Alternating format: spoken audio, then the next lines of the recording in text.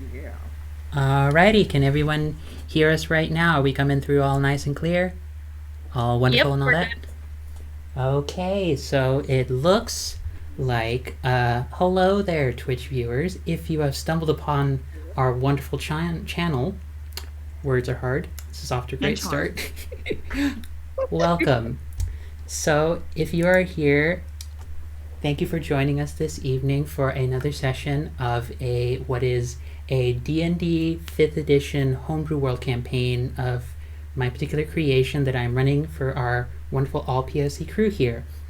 So, before we get into the actual game and we start getting to know more of the exploits of our wonderful players, as well as our new person who is going to be joining us. Sadly, Heliodoro, our wonderful, delightful glamour bard Corin, is going to have to be leaving the campaign due to for life commitments, which we as a group understand, and as such, we love them, we miss them already, and we wish them the best.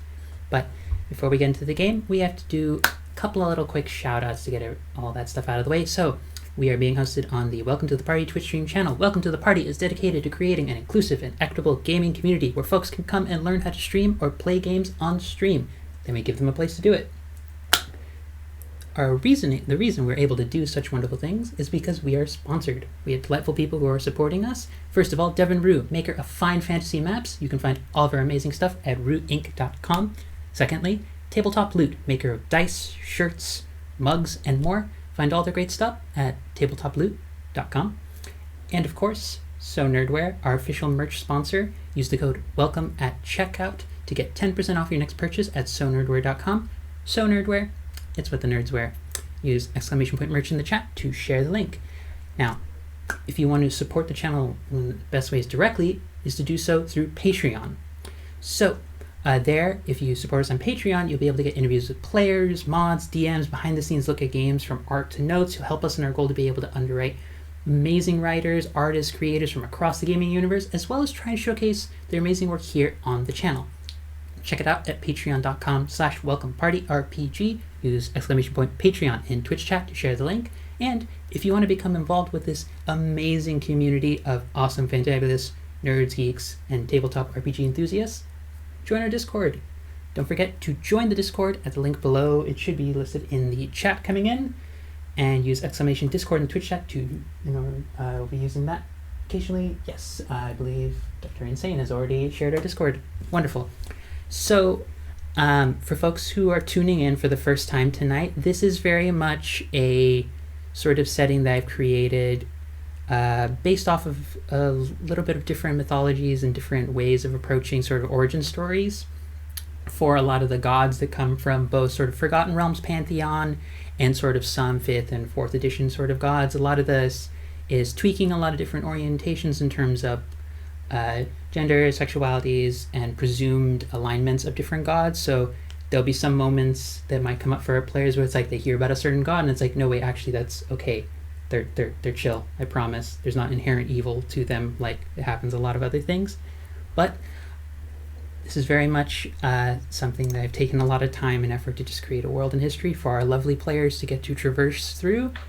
And on that note, we are going to start by letting our players introduce themselves. I'm going to pick at random. We are going to start with our own Bardic Warlock.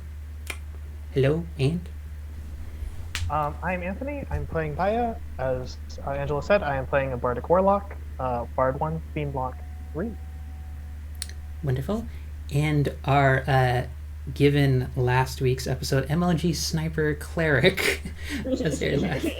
Hi, I'm Aletta. I play a Seralath, a Fire Ganassi Knowledge Cleric in service to Demir.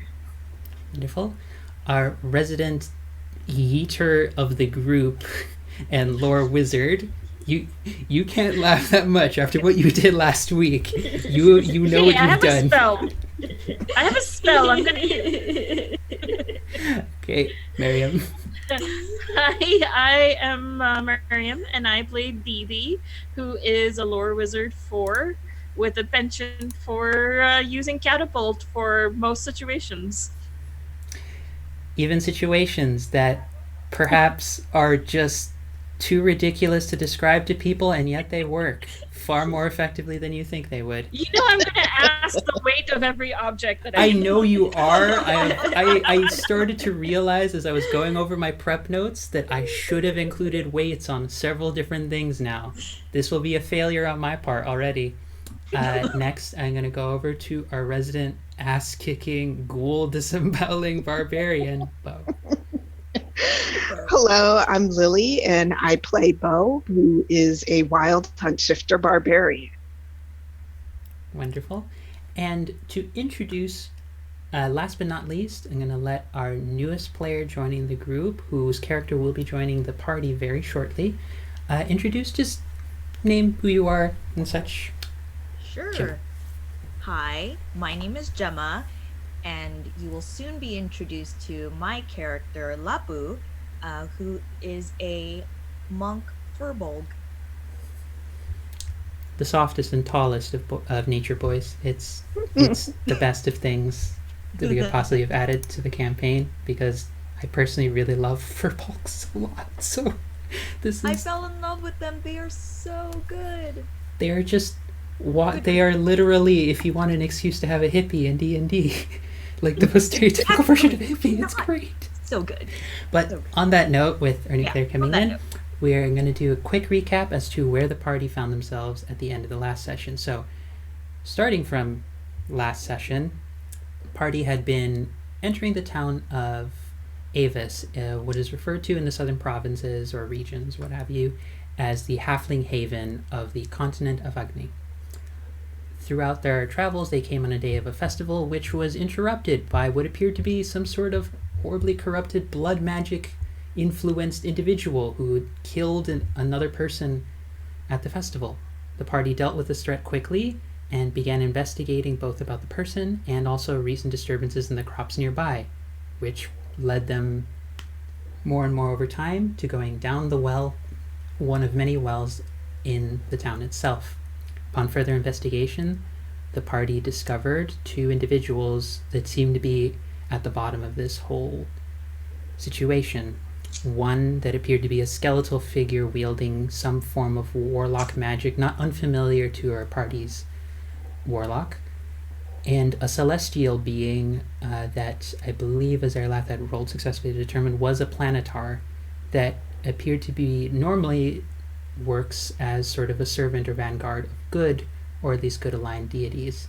And so, following this, the party was both able to obtain a fragment of the divine being which created the whole of the universe and the realms themselves, an Ignis shard, a fragment of what was one form of a discarded body of the divine being Ignis itself, in addition to speaking with a messenger that Azerlap also came to understand was a Queddle, that was a divine, often known as a divine messenger, that spoke to each of the party members and gave them information on possible directions that they could head from this point onwards for their own personal journeys and larger issues that might be going on in Agni overall. The party managed to take some time, leave the well, speak with a crowd of people, or at least one of your party members spoke with the crowd, and managed to get a long rest and awaken the next day fully rested, now up to level 4, with the events of the previous day on their minds. And that is where we pick up. Or rather, we're going to pick up just a couple minutes before the tomfoolery that I believe last session ended with the next morning. Didi, I believe, if I recall correctly, during last session, you said you had spent a lot of the evening, enough time to get a full rest so that you're not exhausted or anything, but you did spend some time studying the shard, correct? And also, I sent my unseen servant to get me food and drinks whenever needed, so things, mysteriously start floating from the dining hall up to my room. That happens. It's a very peculiar sight for many other residents who, in the middle of the night, like if someone has to go use a lavatory or what have you, they're just like, the fuck is going on? Why? There's like a platter of tea and biscuits just kind of just going along. But at some point or another, whether it's by just finally force of will giving out, or just having a moment of like, I need to rest, something, and slowly descending into some muttering about spell slots or something that you're unaware of as a person. So it sounds like gibberish to anyone else hearing it, but you're sure someone outside of somewhere else understands what that word means. But in the middle of the night, as you're dreaming, you hear a faint voice. It's just, it feels like just a little whisper. Just, it sounds like it has the sort of like auditory level that, like, if you've ever like picked up a seashell and like put it into your ear, where you can sort of hear like the waves of the ocean. It has that sort of reverberation where it's not loud, but it's very clear, and it's almost like what sounds like someone saying hello. Hello? Are you my brother's monkey patron? I no. Oh, good, because I would have banished you if you were. I don't know what.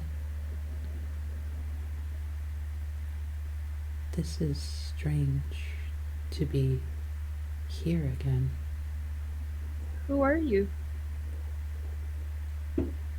And you swear you hear like an attempt at sound being made, like some sort of language is attempting to be spoken, but the way you're processing it, you just hear what sounds like a bird call.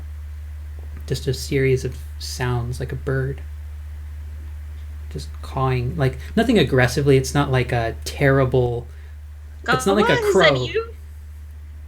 Which is my crow familiar? No, it definitely does not sound like that. But you open your eyes in what you must at this point. Dee Dee's incredibly intelligent. I would assume they're thinking this is a dream.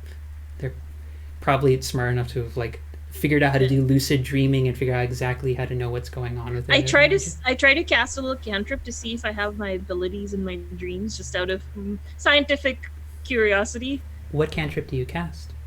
With the cantrips I have, I have prestidigitation, and if I am leveled at this moment, I also have mage hand. Yes, you can That choose would to do be- either of them. I would say you are at this point leveled. For the sake of simplicity, you are leveled up to 4, so you Okay. have access to your new mage. So with mage hand, I try to, I don't know, touch my face or something, just so that it's like, You see the little hand just emerge, and mage hand, it's generally very small, sort of weak magic. It's nothing. and it's the same thing, like 5 pounds at the most.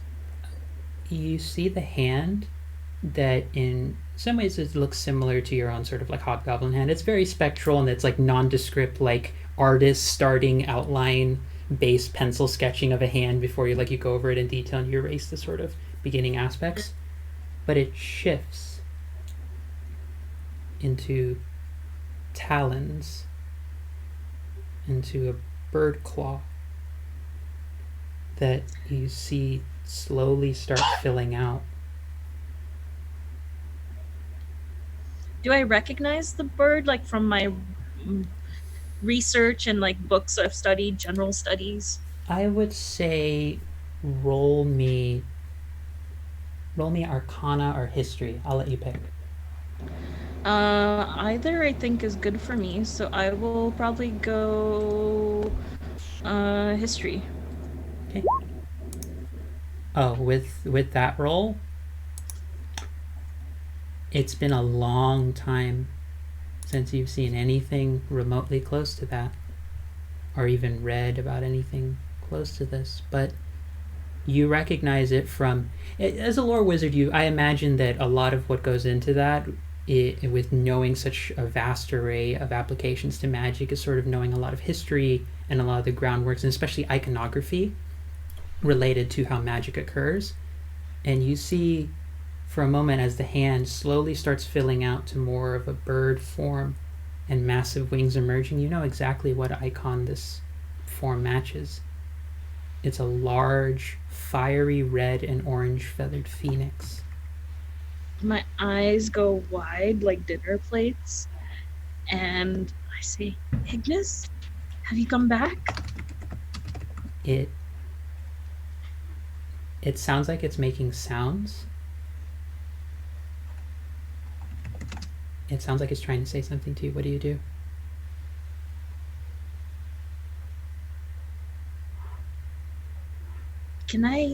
Sir, how can I help you? You've been gone for so long.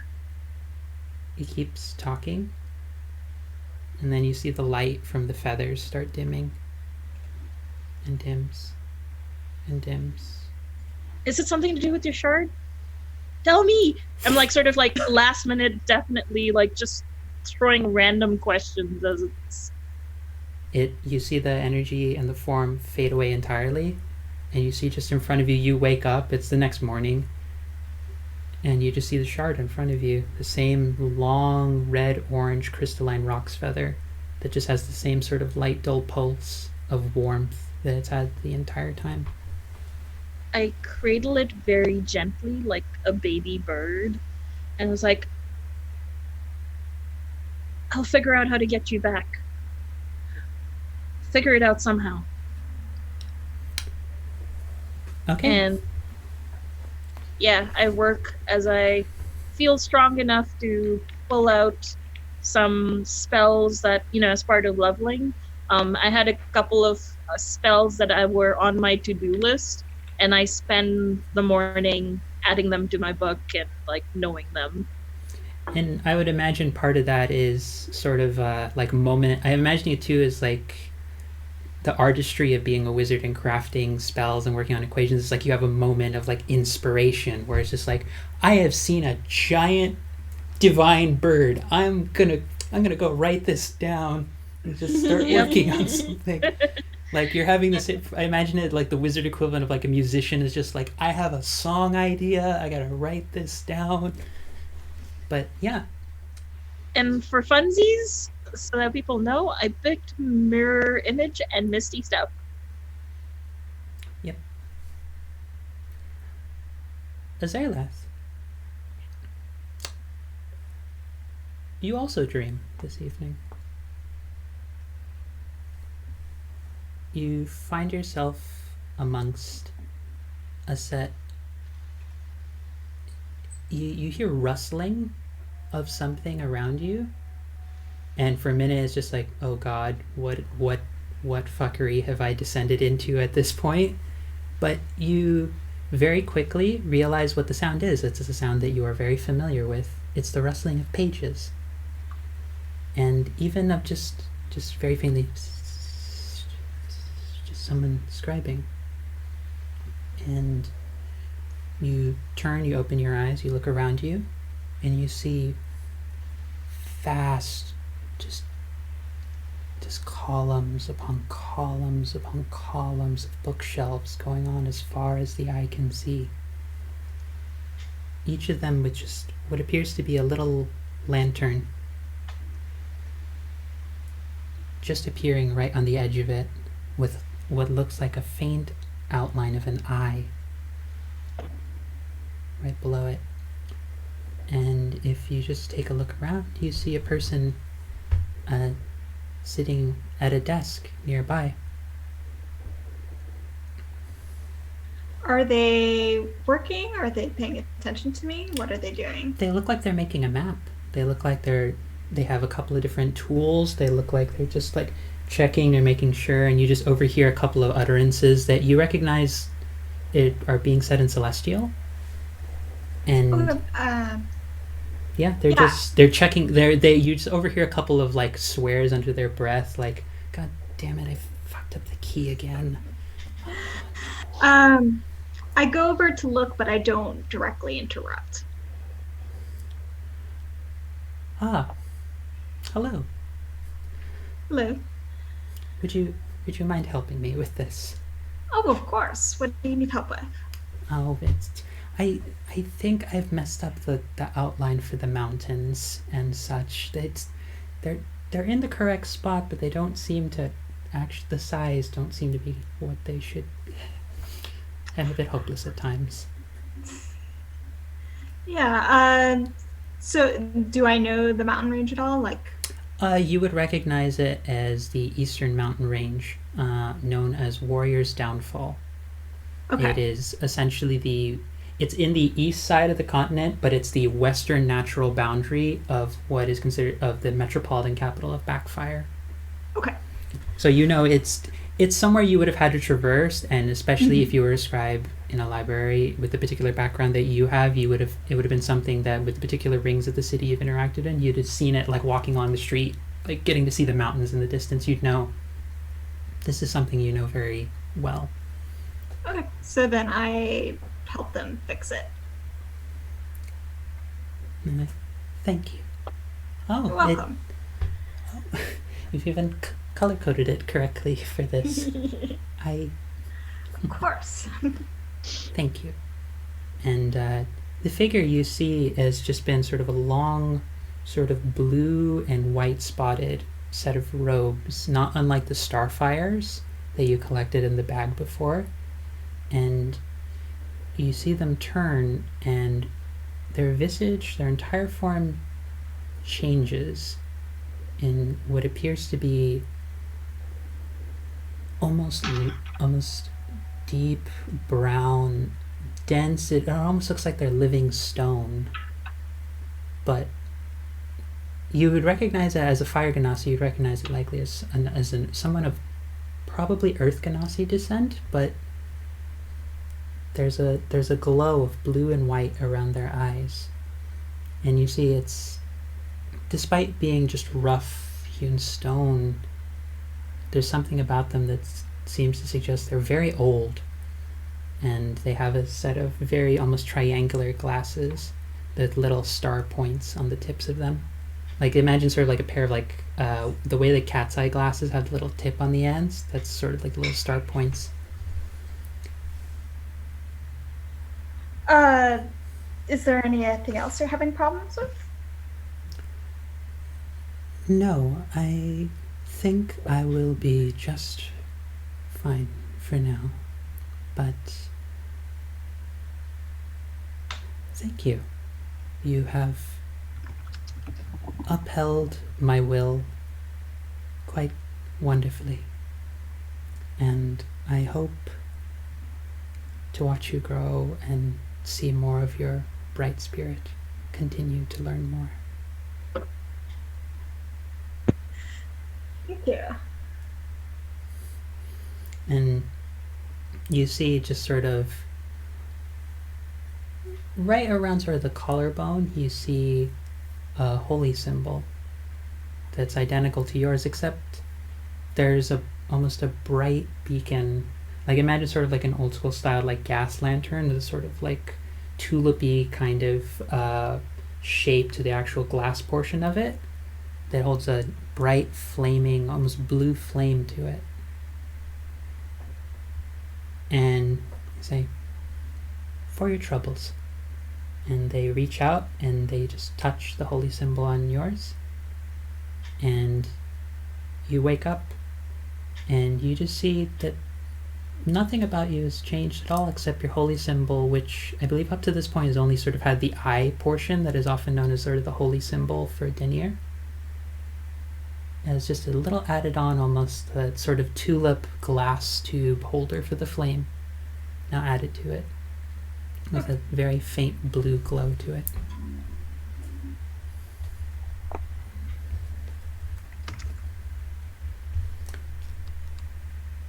Morning arrives for all of you.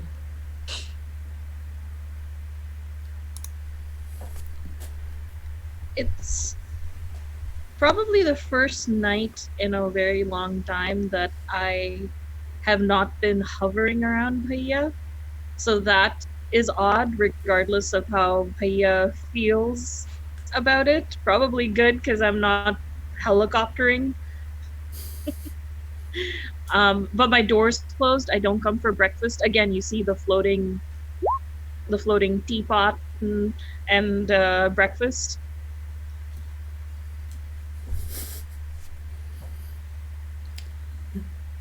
Bhaiya, you Is it sort of the teapot's like lightly clanging against the door at this point now? Yeah, the tray is kind of very gently knocking, and I'm like, "Come in." Oh, wait, I probably should open that. And I just absentmindedly just click the door and then don't even open it. Just continue going back to staring at the shard and doing various wizardly research.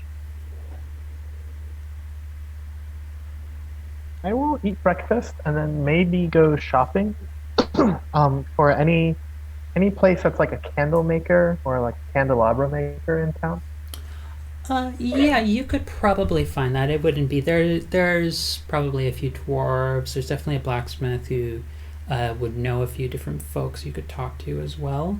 So you probably don't even need to roll a check for that. A lot of the village residents have seen you at this point, and you sort of get the sense heard you when you emerged from the well and spoke, and so they're very willing to sort of help you along, and you're able to pass by to a very humble little shop, kind of deep brown gray sort of thatched roof to it, the kind of idiosyncratic whitish, slightly grayed, but made by hand sort of stone that forms the building. And you see Dankel's Delights across a little sign with a little flame and a gnome and a dwarf with their thumbs doing this to each other, and one of them like pointing like this, just sort of on the sign. Admire the stonework because I don't know how to do that, and I will judge the sign because I don't want to do that. I'm effectively looking for the 10 gold pieces worth of charcoal, incense, and herbs, as well as a brass razor, because I'd rather just keep one on me. Just so you have a heads up about my intentions. Yes. Wow, that is a very dramatic reaction to me wanting to buy those things. I'm worried now. But I will. You're just like, Vaya in and out of character is just shaking a fist at your patron for no reason. Right. I will escape the popo by going into the building. And yeah, I will say to, well, I guess I'll look around. I don't know how in-depth you want to RP this. No, it's up to you. If you want it to just be like a very quick thing, or if you want to roleplay it, it's either. I leave it up to you. I will roleplay if anybody is confused about why I'm buying those 4 things, but otherwise I'm just saying, like, I need it for a ritual. No, and I will say Miriam? Oh, I was gonna say, speaking of which, I do want to buy the exact same things, but I don't necessarily have to. It's basically a scene where in any movie where someone's like, okay, we really want this party to go well, so I need you to make this, and this. 2 minutes later, another person, okay, you really need to we gotta impress this guy. Don't make this, don't make that, it's that scene just happening. Like in the Emperor's New Groove. I'm just going in and out of the kitchen, trying to decide what to do. I take back everything I just said. I forgot that I ran away from the cult without any money. I go back to the I do have the bag of star sapphires that I should roll out, but I forgot to do it in the last session and this session. We can say part of the morning's like getting folks together if you wanted to have interacted with Aya in order to like at least give him some. I'm gonna go knock on the Sirlath's door and I'm gonna be like, hello, Sirlath? Yes. Right, so last night I asked for maybe some form of help that was a little bit awkward, and today I come to you for perhaps some more mundane sort of help. I am in need of materials for a certain ritual. Maybe you will be interested in it, but it costs quite a bit more than I expected. I stopped by a place called Dankel's Delight and saw that they were selling I talked and saw that and heard that the whole total would be something to the tune of 10 gold pieces. And I currently have nothing. I burst in saying, Morning, sister. For that I interrupt something? I just wanted to give you this, and I have 2 bags full of. They kind of clink a little, so you probably know they're gems or something. But if you are up to something, I'll come back later. Why do you have 2 bags that are clanking? I was giving everyone their stuff. I meant to do that earlier, but I got carried away. So. Oh yes, you have my light crossbow and also my scholar's pack. You did carry them up, but you didn't come. Yeah, they're in my room. So as they're left, here, and I hand you a bag of So out of character, just for a moment, are we splitting it 4 ways or 5 ways? As far as you know right now, there are only 4 people in your party. Why would you ever assume that you would be getting another person in your party? No, I meant, is Corinne still part of the party? Oh, right. I will add in that as part of the morning's sort of getting things together, that Corin has sort of left a note for each of you saying that in response to what they heard, what you all assume, because you've all received sort of messages at this point, you all don't know you have, but they just reference, I have some things to sort out and I might have to head out for a while. I'll hopefully see you again some other time. This sounds terrible. We must spend the rest of our days finding them. Okay, No, just it's fine. coming back, I give you a pouch that has 100 GP worth of star sapphires. And I have a second bag. I was like, well, I was gonna give this to Bo. I mean, I have more in my pockets. I mean, they're all evenly split. So here we go, Baya. And I just hand you a similar pouch, and I just walk out, going towards Bo's room. There's a curious amount of impediments to us interacting at all, Sirlath. Do you want to go with me to exchange these for money as a morning activity instead? Sure. Fist pump. You just fist We go and try to, I guess, exchange the star sapphires for some form of currency. I don't know Not that all at once. It's probably a small enough town that we shouldn't do it all at once. I mean, we're heroes here, so this is probably the least likely place. No, but like... Damns money all of the changers. gods. Makes a public speech, is already sold on the being a hero part. Your DM will remember this. But the money changers might be not that. So You can't always do big transactions in small towns. That's what I'm saying. Wait, why not? Back at home, whenever we had anything, we would do transactions sort of hastily. Is there any reason to hesitate? No, it's not. It's just they might not have enough capital. Like it's a thing in smaller towns. I Big, don't know big this. transactions don't always happen to begin with, so they might not have enough stock to do it. If that makes sense. What if we go and we can make this a wager? I will try to make this transaction happen, and based on your knowledge, apparently it's not going to happen, and I will It learn. might not. I'm just saying, don't expect to be able to exchange a ton of gemstones all at once. Okay, I haven't Small really town. lived outside of the cult much, but I don't think that's how wagers work. Because if you say it might not, and I say it will, then it seems like you always win. But maybe that's a cultural difference that I'm not aware of. Or are you against wagering? I don't care about that. I'm just saying it could work, but it could also not work. It depends upon how much they have. I understand you do not want to play this game with me. Let us go and exchange money. Okay. Was that an in-character comment or an out-of-character comment? That was me realizing that non-hobgoblins are boring. We will go and do this and attempt to exchange these gems for money, I suppose. Is there even a money changer here?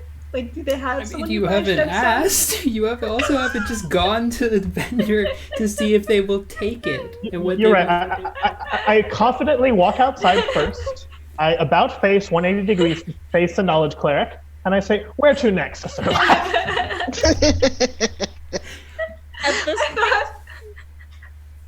I feel like I'm gonna note for the record, Dee Dee, you've heard all of this because I don't think Baya has been particularly inconspicuous about all this. And Bo, I imagine if you've gone to breakfast and been up at this point, you've seen and heard all of this happen, this entire conversation. Oh, Bo, did you get your bag of clankly stones? Clanky stones? I'll take that as a no. You should check your room. It looks like this. Clank, clank, clank, clank. Sure. Okay. Just after I finish second breakfast. Okay, I go to ask the innkeeper if gemstones are either accepted as currency or if there's like a jeweler that buys them. Oh, well, frankly, if you're interested in getting those traded, depending on who you talk to, you might get them for whatever some folks think they're worth, and depending on who you talk to, you might even get more out of them. To be honest, we haven't really seen anything besides, copper, silver, gold, and very rarely an occasional platinum when the festival folks come in, but we haven't seen like a lot of gems shared around here outside of when folks get married or folks are just trying to be nice to their partners and getting them nice gifts, or occasionally when folks are trying to patch things up when they're not working. Okay, so I think the innkeeper and then go back to Baya. Okay, so it turns out we might be able to barter with them, and you might get more than what it's worth for it because they don't really see a lot of gemstones around here.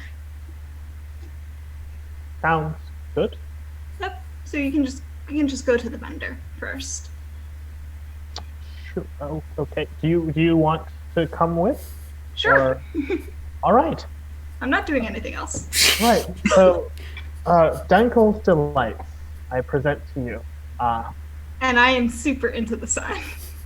I am also there because I also realized I needed to buy some supplies to change my familiar at some point. So, seeing that Sirlath is into the sign and being in need of friends and allies that are not this town, I say, do you want to try that pose with me? No, that's all right. Oh. All right. Another social pause. Go inside. No wagers, no poses. Charisma-based caster, one of the most awkward PCs I've interacted with in a long time. I'm back. I have, I turned back since my sister's here. What is the official name of these stones? I believe they are star sapphires. Right, I have star sapphire, and I'm interested in the materials I mentioned earlier for the fine familiar ritual. So would I. And I point to my bird that's on my shoulder, who was there the entire time.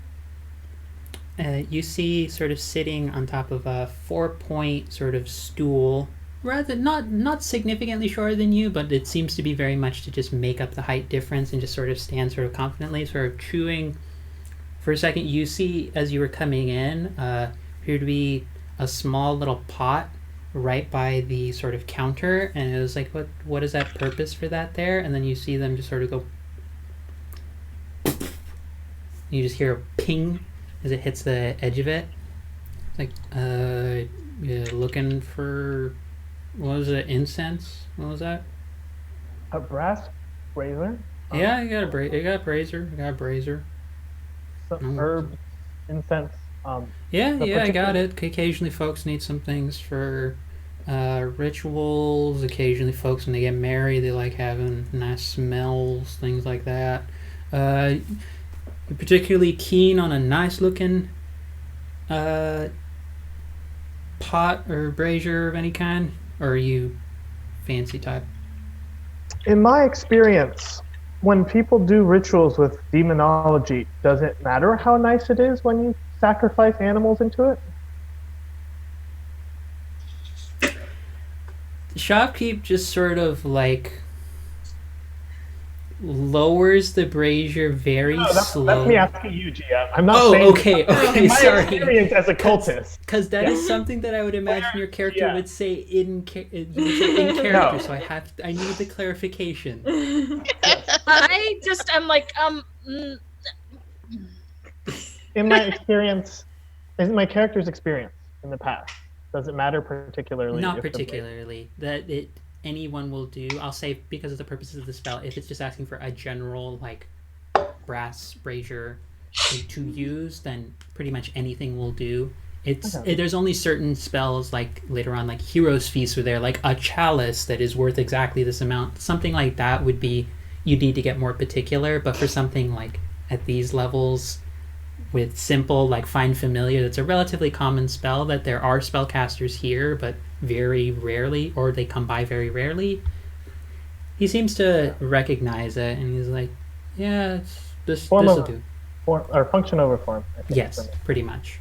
also, I imagine that the gold pieces that are expended are really the consumable stuff, like the charcoal, incense, herbs. Right. I just want to buy a brass brazier so I don't have to find one each time.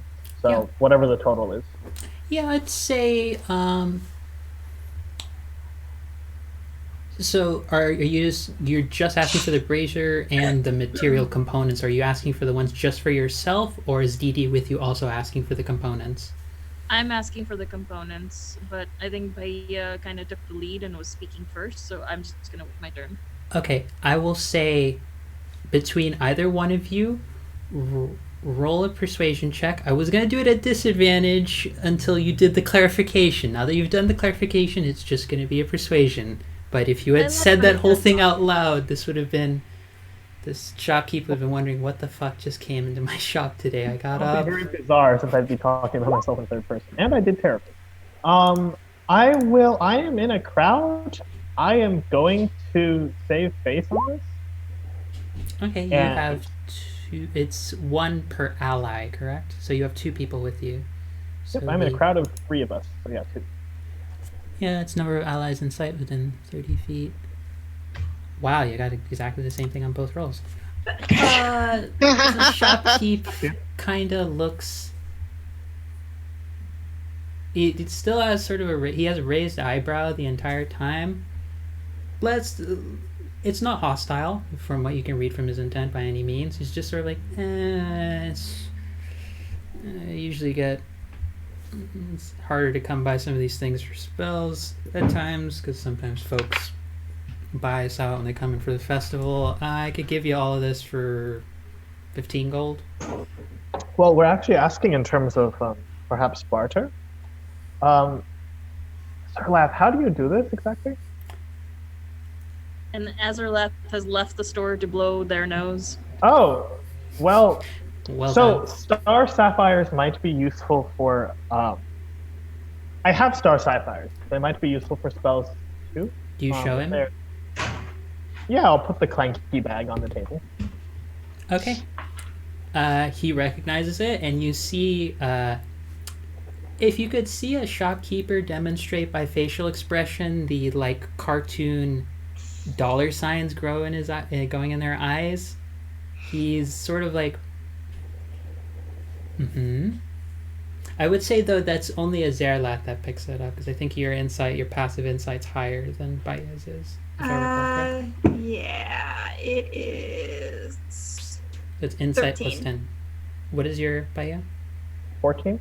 Oh, actually, never mind then. Yeah, I think you're both high enough in that case. Screw that. You do get the sense that he's like suddenly very gleeful, and he's like, "You know what? Give me 10 gold of these worth, and we'll call it a deal." And how much do I have in terms, like 100? You have gold? 100. We'll say it's like pieces that, if need be, will either be 10 to 20, so it'll be just clean increments of 5 or 10. That way we're not doing like, oh, you have this one that's worth 37 like gold pieces, this other one is worth 22. We'll just do clean 5-10 numbers. So I plan to cash them in as soon as I can anyway, but okay, yeah, sure. If you want, yeah, I can spare the sapphires. And, if you actually want more of them, like, you can buy them off of me, because I'm not really sure where we're headed after this. So I'm not sure if Barter is going to be the best plan. Well, if you need it, When I we'll. talk, dramatic sounds occur. Yeah, you hear a very loud rooster crowing outside, and you just hear you see him like pull out a little piece of looks like kind of black sort of substance, takes a chew, and he just like does like a 10-foot launch of spit, and you just hear in the distance. Show him trying to wake me up again. Fucker tried to wake me up at like 3 a.m. and told him 6. Damn bird. I feel like I shouldn't have saved face in front of this person. But okay. You made the call. That's your call. But yeah, no, he gives you the materials. It happens very easily. Bo, you were enjoying second breakfast while this group was doing their mess, correct? Mm-hmm. While you're at the inn, you hear just very light taps on what sounds like wood nearby, and you see at the door the familiar, for the benefit of Lapu, Bo recognizes a person, but so that Lapu has, I'll say Didi, you, given your siblings' role, you would get it also for 10 gold as well, just to make things easier. Can I buy like multiple? Like, can yeah, I get like each one, they'll still be at the same increments of 10, however many sets of that. Just tell me that and mark it off, because if you're all currently with the main group with 100 each, just mark off increments of 10 gold for each set that you want for the Find Familiar replacement. I got 3, so I've spent 30. Okay. But yeah, he doesn't seem particularly interested. I'm gonna move over to do something with Bo right now, but between the 3 of you, Azerlath, Baya, and Didi, if you wouldn't mind rolling me real quick just an insight check. Sure. So Bo, you see the familiar visage of what you imagine a humanoid shaped sort of bird with blue and black feathering details. So sort of imagine the way that like a lot of birds, they have the sort of puffed out like end to them, not quite as prominent and sticking out, but sort of has a blue feathery detailing on top and a lighter black and white feather underneath. Missing one arm, holding a quarterstaff, and having a holy symbol around their neck that's a coin. That's, if you look at it closely, is 5 different components of copper, silver, gold, electrum, and platinum. Is Salik, the cleric of Avandra, is just sort of there at the door with what looks like another individual right near them. But they're like, Bo, do you have a moment to speak? Bo is gonna take like a really long drink from her mug and then like look at her plate, which is empty, and that's disappointing to her, but she just like shrugs and then walks over to the doorway. I don't mean to interrupt your food. If you would prefer, I would be more than happy to get you another bit of food, if you're interested. Sure. What's going on?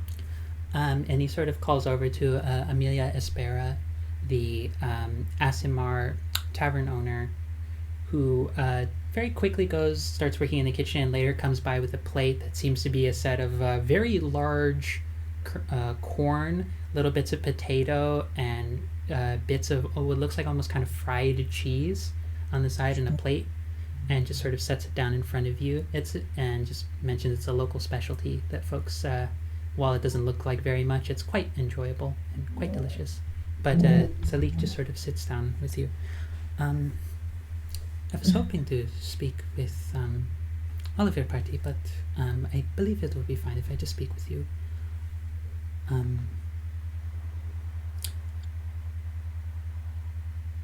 wanted to start by saying thank you again for your comfort the other night when I was panicking with all of the mess that was happening in the town.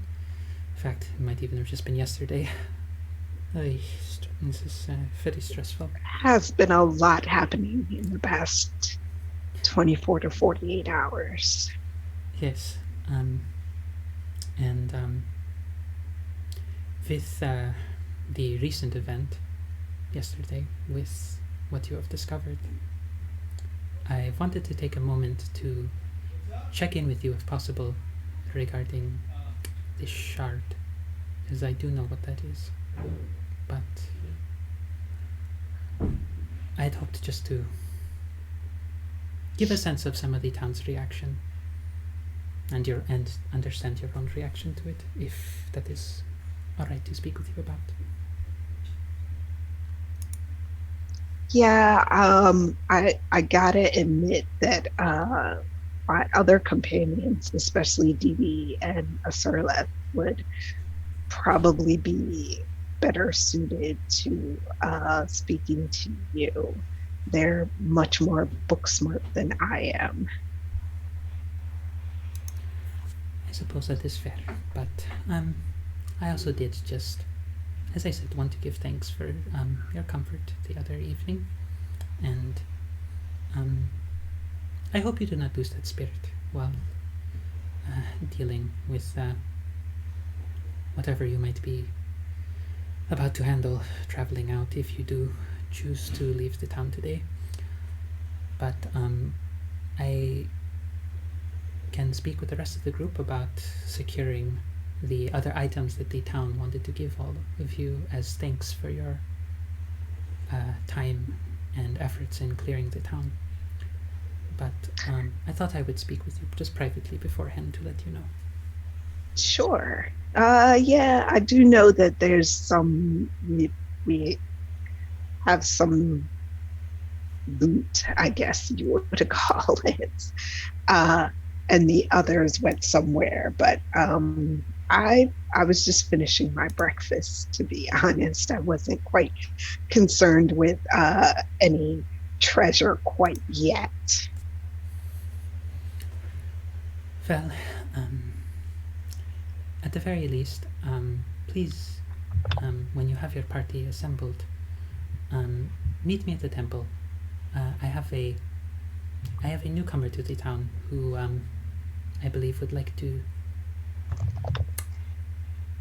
has also become aware of what you have dealt with in whatever happens down below. You can feel free to tell me what happened, what didn't happen, but I have a friend. Oh well, perhaps friend is a strong word for a newcomer, but someone who perhaps may be of some benefits to join you on your journey, as they seem to have a path that aligns with your own. Okay.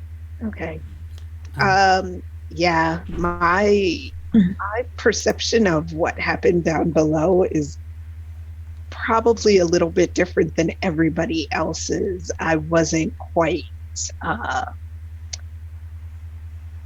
myself, I guess I should say. I was a bit in a bloodlust, and there were some, well, let's just say the enemy was strong, but we prevailed. I would imagine, if you're anything like Elena, that your will is quite hard to break, and that your strength is impressive. And he's just sort of very casually just sort of tapping, like lowering his head in respect to you, and just sort of, it looks like he's, well, he can't do that because he doesn't have the other arm. He's like trying to tap with his quarterstaff and set it aside, and then trying to fidget with his holy symbol while he's doing it. Cool. But okay. Well, compliments to Bo's strength. That's like flirting to her. He is not entirely aware, but he's aware he is being nice. He is not aware he may be being flirtatious. She's like curling her bead around her finger right now, like, okay. You see very faintly around sort of the like feathery cheeks on his face, just the tiniest bit of red grow, just a little bit there. He says, but yes, he almost like drops, well, they drop their quarterstaff, they pick it up, and they walk over to the door at the front of the sort of tavern inn, and they say, I believe it was Lapu, correct? Or was did I have your name correct? Oh, yeah, that's me. You said it right. Yes. This is Bo. This is one of the people who have been a fortuitous benefactor to the town as of late, and I believe their recent acquisition may be of interest to you in the story that you have told me regarding the vision you received.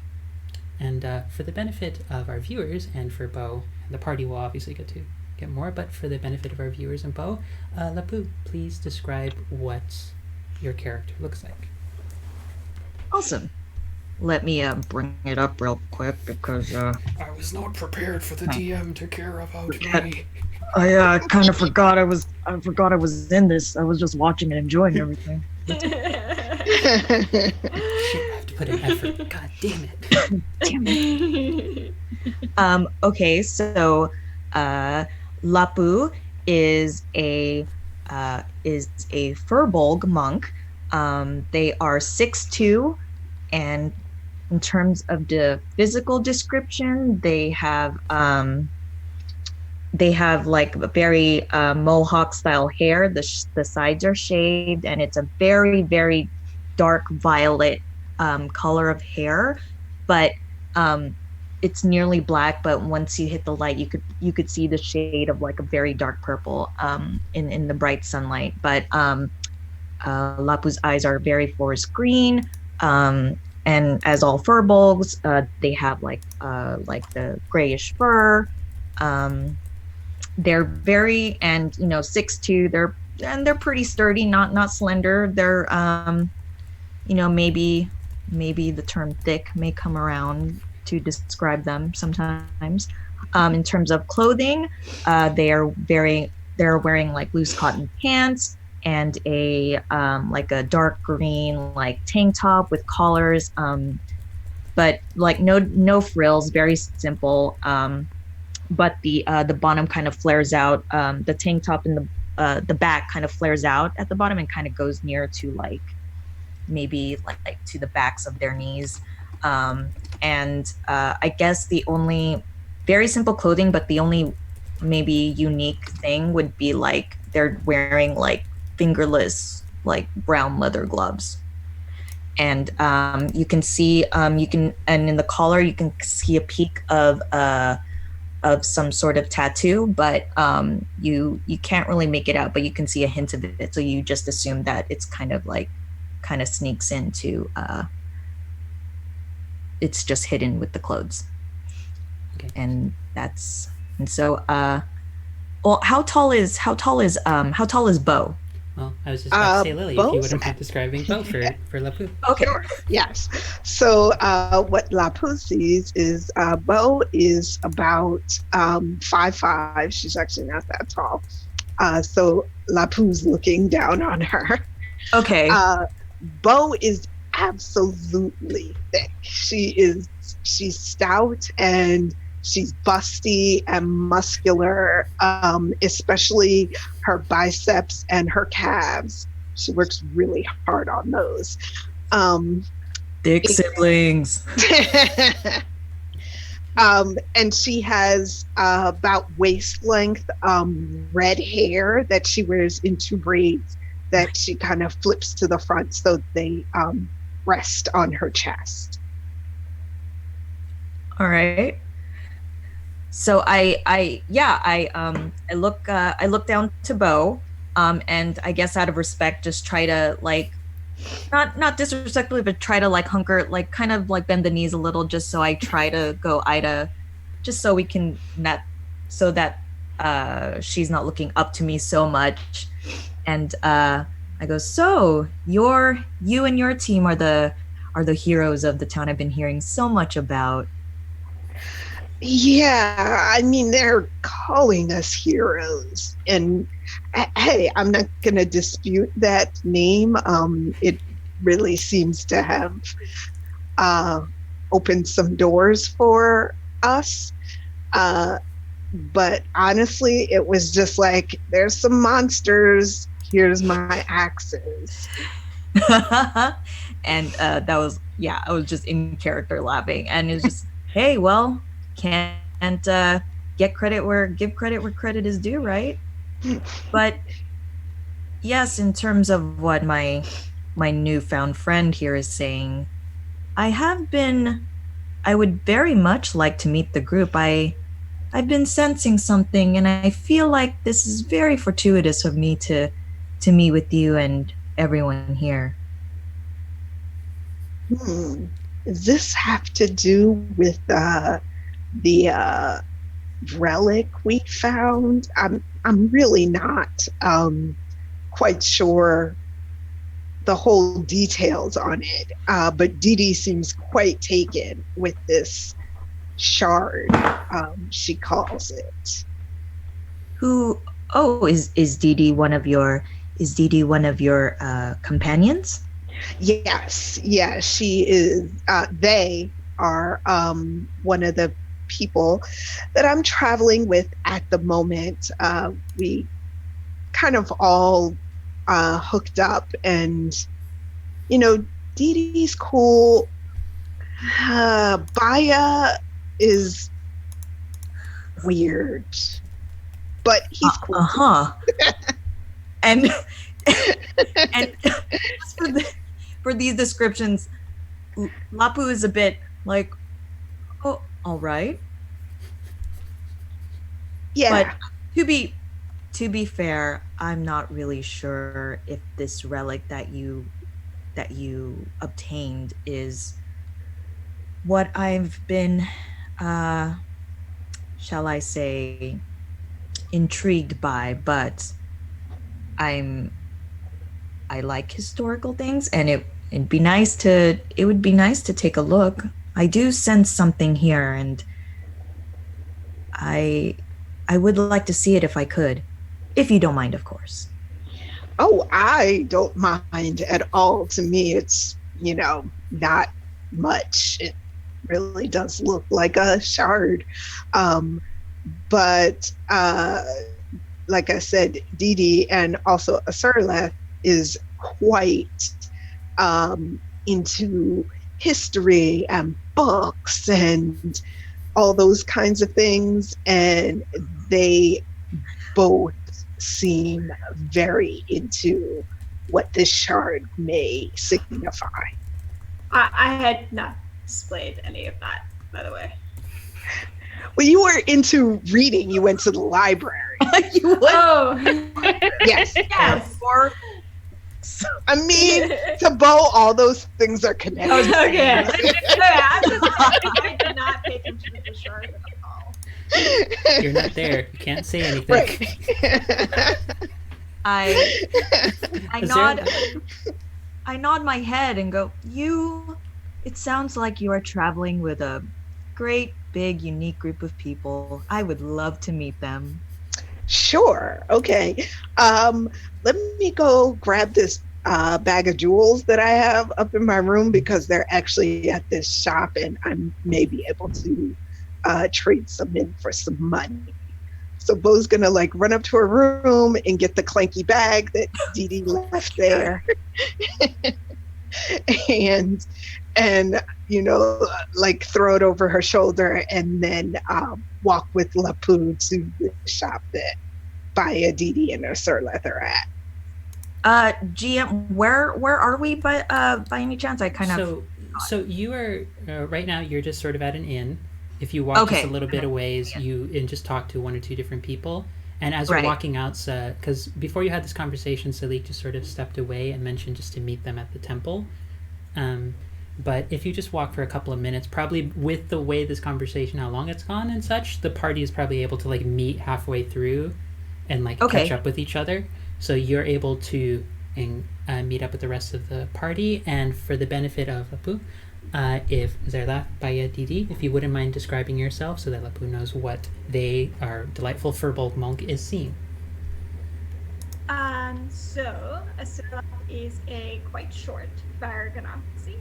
They're 4'9", very slight of frame, They have dark red skin and very long white hair tied into a braid. And at the end of the braid, it kind of dissolves into fire.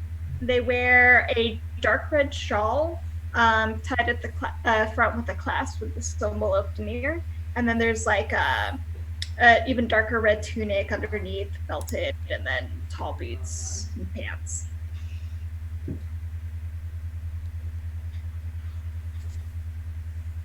You want Is to it go? just? Oh, okay. Yes, please.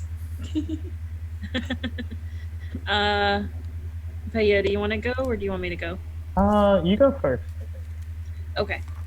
So you see a hobgoblin wearing wizard robes of rather bright, almost harlequin-esque patterns, in like fuchsia blues and purples.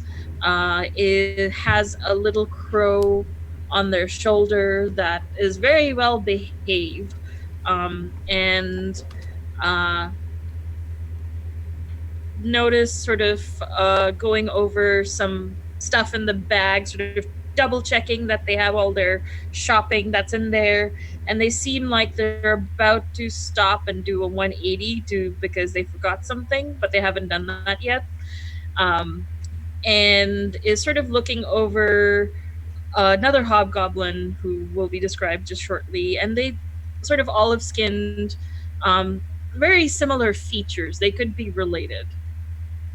Okay. Yeah. So Paya is scrawny for a hobgoblin. If you've ever met, have you ever met hobgoblins before, Latu? When hobgoblins probably not with the forest where you grew up in. It would like more the hobgoblins tended to be more plains kind of region, and it's not like obviously there you might have dealt. It's not like oh my god a hobgoblin the first time Right. ever. It's not on that level, but it's more on the range of like oh I haven't seen a hobgoblin in like 10, 15 like more that well not to years, probably be more like a couple of months, since if you've been traveling from Backfire the lower ring probably would have had some goblins and hobgoblins there, but if you left from where you're originally from for your training, that path it would have been more just like if someone you met along the road traveling might have been hobgoblin, but it's probably you haven't seen a lot of hobgoblins in a while. Okay, and then before we continue with the descriptions, in with all the different types of characters, am I familiar with like Ignacy or what is that the name of the race? Genasi. Genasi, yeah. Genasi. Yeah. I would imagine. I would say with your particular discipline related to your monk training, you are very aware of Genasi. There's probably a lot of Genasi who were studying along similar path, given their natural attunement to the particular abilities that they were being trained under in under your discipline, because the particular location where you trained has separate sort of it's within one centralized location with like sort of separating rooms and paths and caverns for different paths to train in. The one that you would have trained in likely would have had a good contingent of Genasi of various different elements. So Genasi is not something weird, and Bo probably would not be weird at all in this world. Bo looks human. Like you would know that she's not unless you see her in her shifted form. Gotcha. Awesome. Okay. Yeah. Sorry for interrupting. No, it's fine.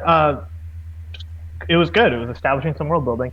So based on what you know, like hobgoblins or who you've seen, like Saya is particularly scrawny for one, easily a foot shorter than their typical 6 feet, and also very skinny.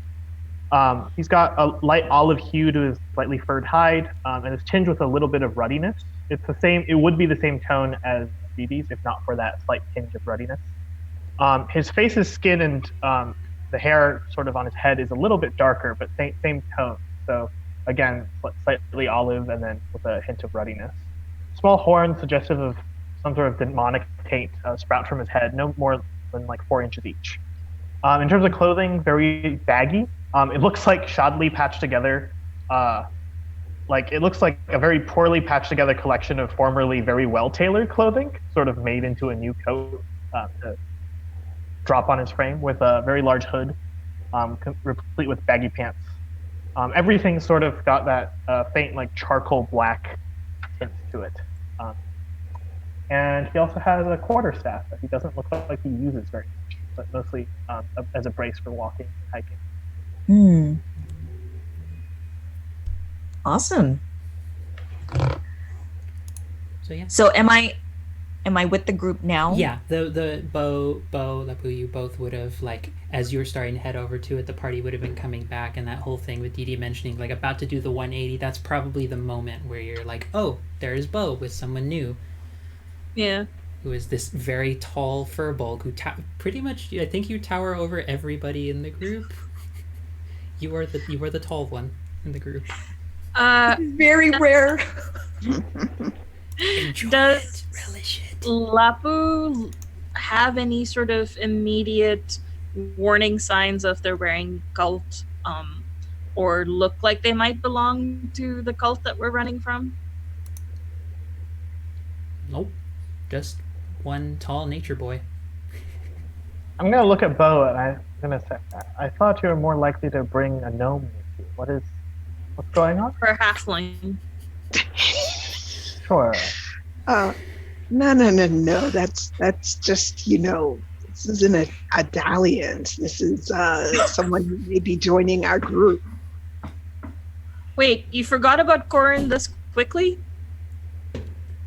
I didn't forget about Corin. Corin left us a note and said that they're leaving and they're gone. So I think it's fine if we are curiously unconcerned about Corin.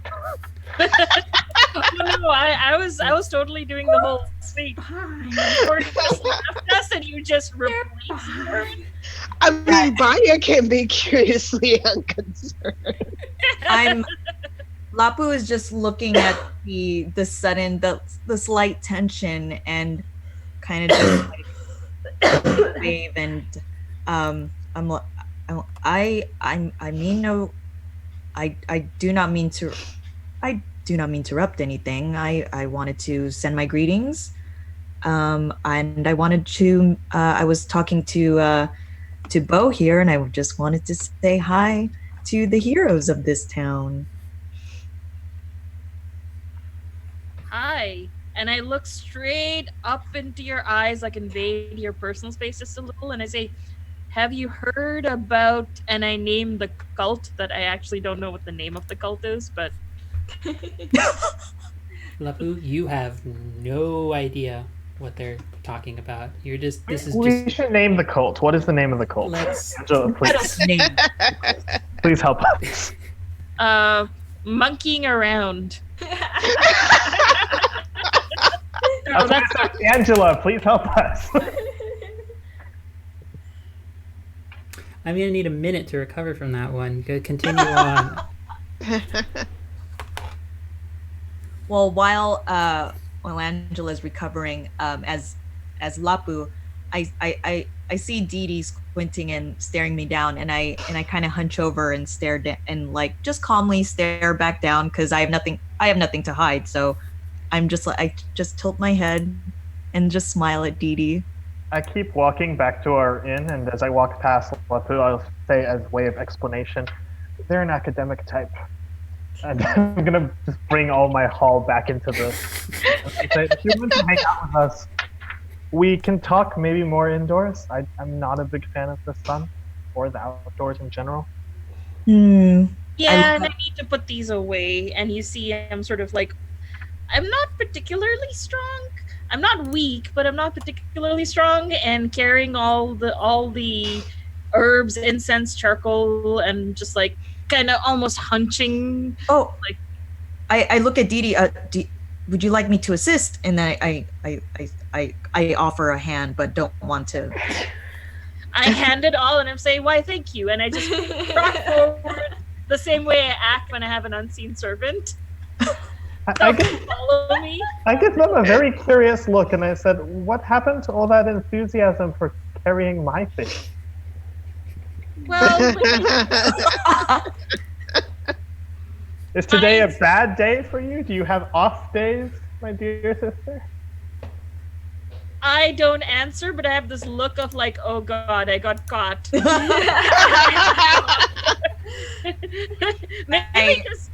out of character, I totally wanted to carry the stuff just to have the shard. That's it. It was totally. That's kind of what I assumed, but Oh, also as a player, I'm assuming that too. But Paya thinks that the shard is somewhere in the town. So. I start to I pick up the bag to carry it, and kind of ignore the little sibling. I get the sense they are some sort of related, so I kind of let it go. I would say, Lapu, given your particular family background, you know exactly what this what this dynamic is, like, despite the particular ways yours I just still have that grin on my face and just nod my head. I'm like, ah, yes, this brings me back. I remember this feeling. Yes. And I say, usually I have my unseen servant do that for me, but thank you so much for agreeing to help. We're this way, and I just keep chattering about where to go as we're going. And completely ignoring what he has pointed. Yeah, and I just look down and just talk to Dee Dee and just kind of nod my head if whatever stuff they know about the town. I will say, as promised, Sarlath, if you're interested in the ritual, it's a find familiar thing that I want to try out. I haven't tried it before, but Oh yes, I would be very interested. it's similar to my sister's crow thing. I don't know what we're gonna get, but I have an idea. Fires, indoor, outdoor. What do you think, Sarlath? There's a window. So. How big a fire is it? Oh, it'll be completely contained within the brazier. So. Oh, that's fine. Indoors then, no sun. Yeah, I'm gonna go to my room, and whoever wants to watch can. I'm gonna start the ritual to get us right. I pop in, I'm like, oh, you're trying that spell, how cute. I can't tell whether that was like affirming or the shadiest comment I have ever heard. That both. Yeah.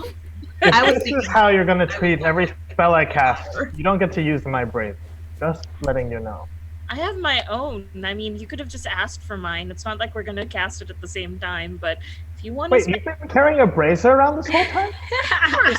How else do I do the spell? I haven't seen you cast it. I just assumed that the raven was with you since we left I quickly look at Lapu, our past situation. So, well, I haven't had to change it. Baya, you've already started doing the ritual, correct? Yeah, I'm talking and doing stuff at the same time. As you're doing this, I'm imagining because it's incense, it has to be set in a particular way. But if you know of a particular way you would like the ritual, or I can describe it, whichever one you would prefer. I mean, the only thing I know is that it's part of the pact of the chain. So I suppose I will engage in pacting with a chain. Okay. I'm asking more for if you would like to flavor it, or would you like me to flavor it? I don't want to. I try and check in when I can, so that if there's moments where it's like, I imagine this in this cool way, I don't just like shit all over it entirely and deny you like this cool story thing, even if it's just like fluff. You know what? I think for the purposes of this, Paya is going to be using a very textbook version on this because Paya is not very familiar with.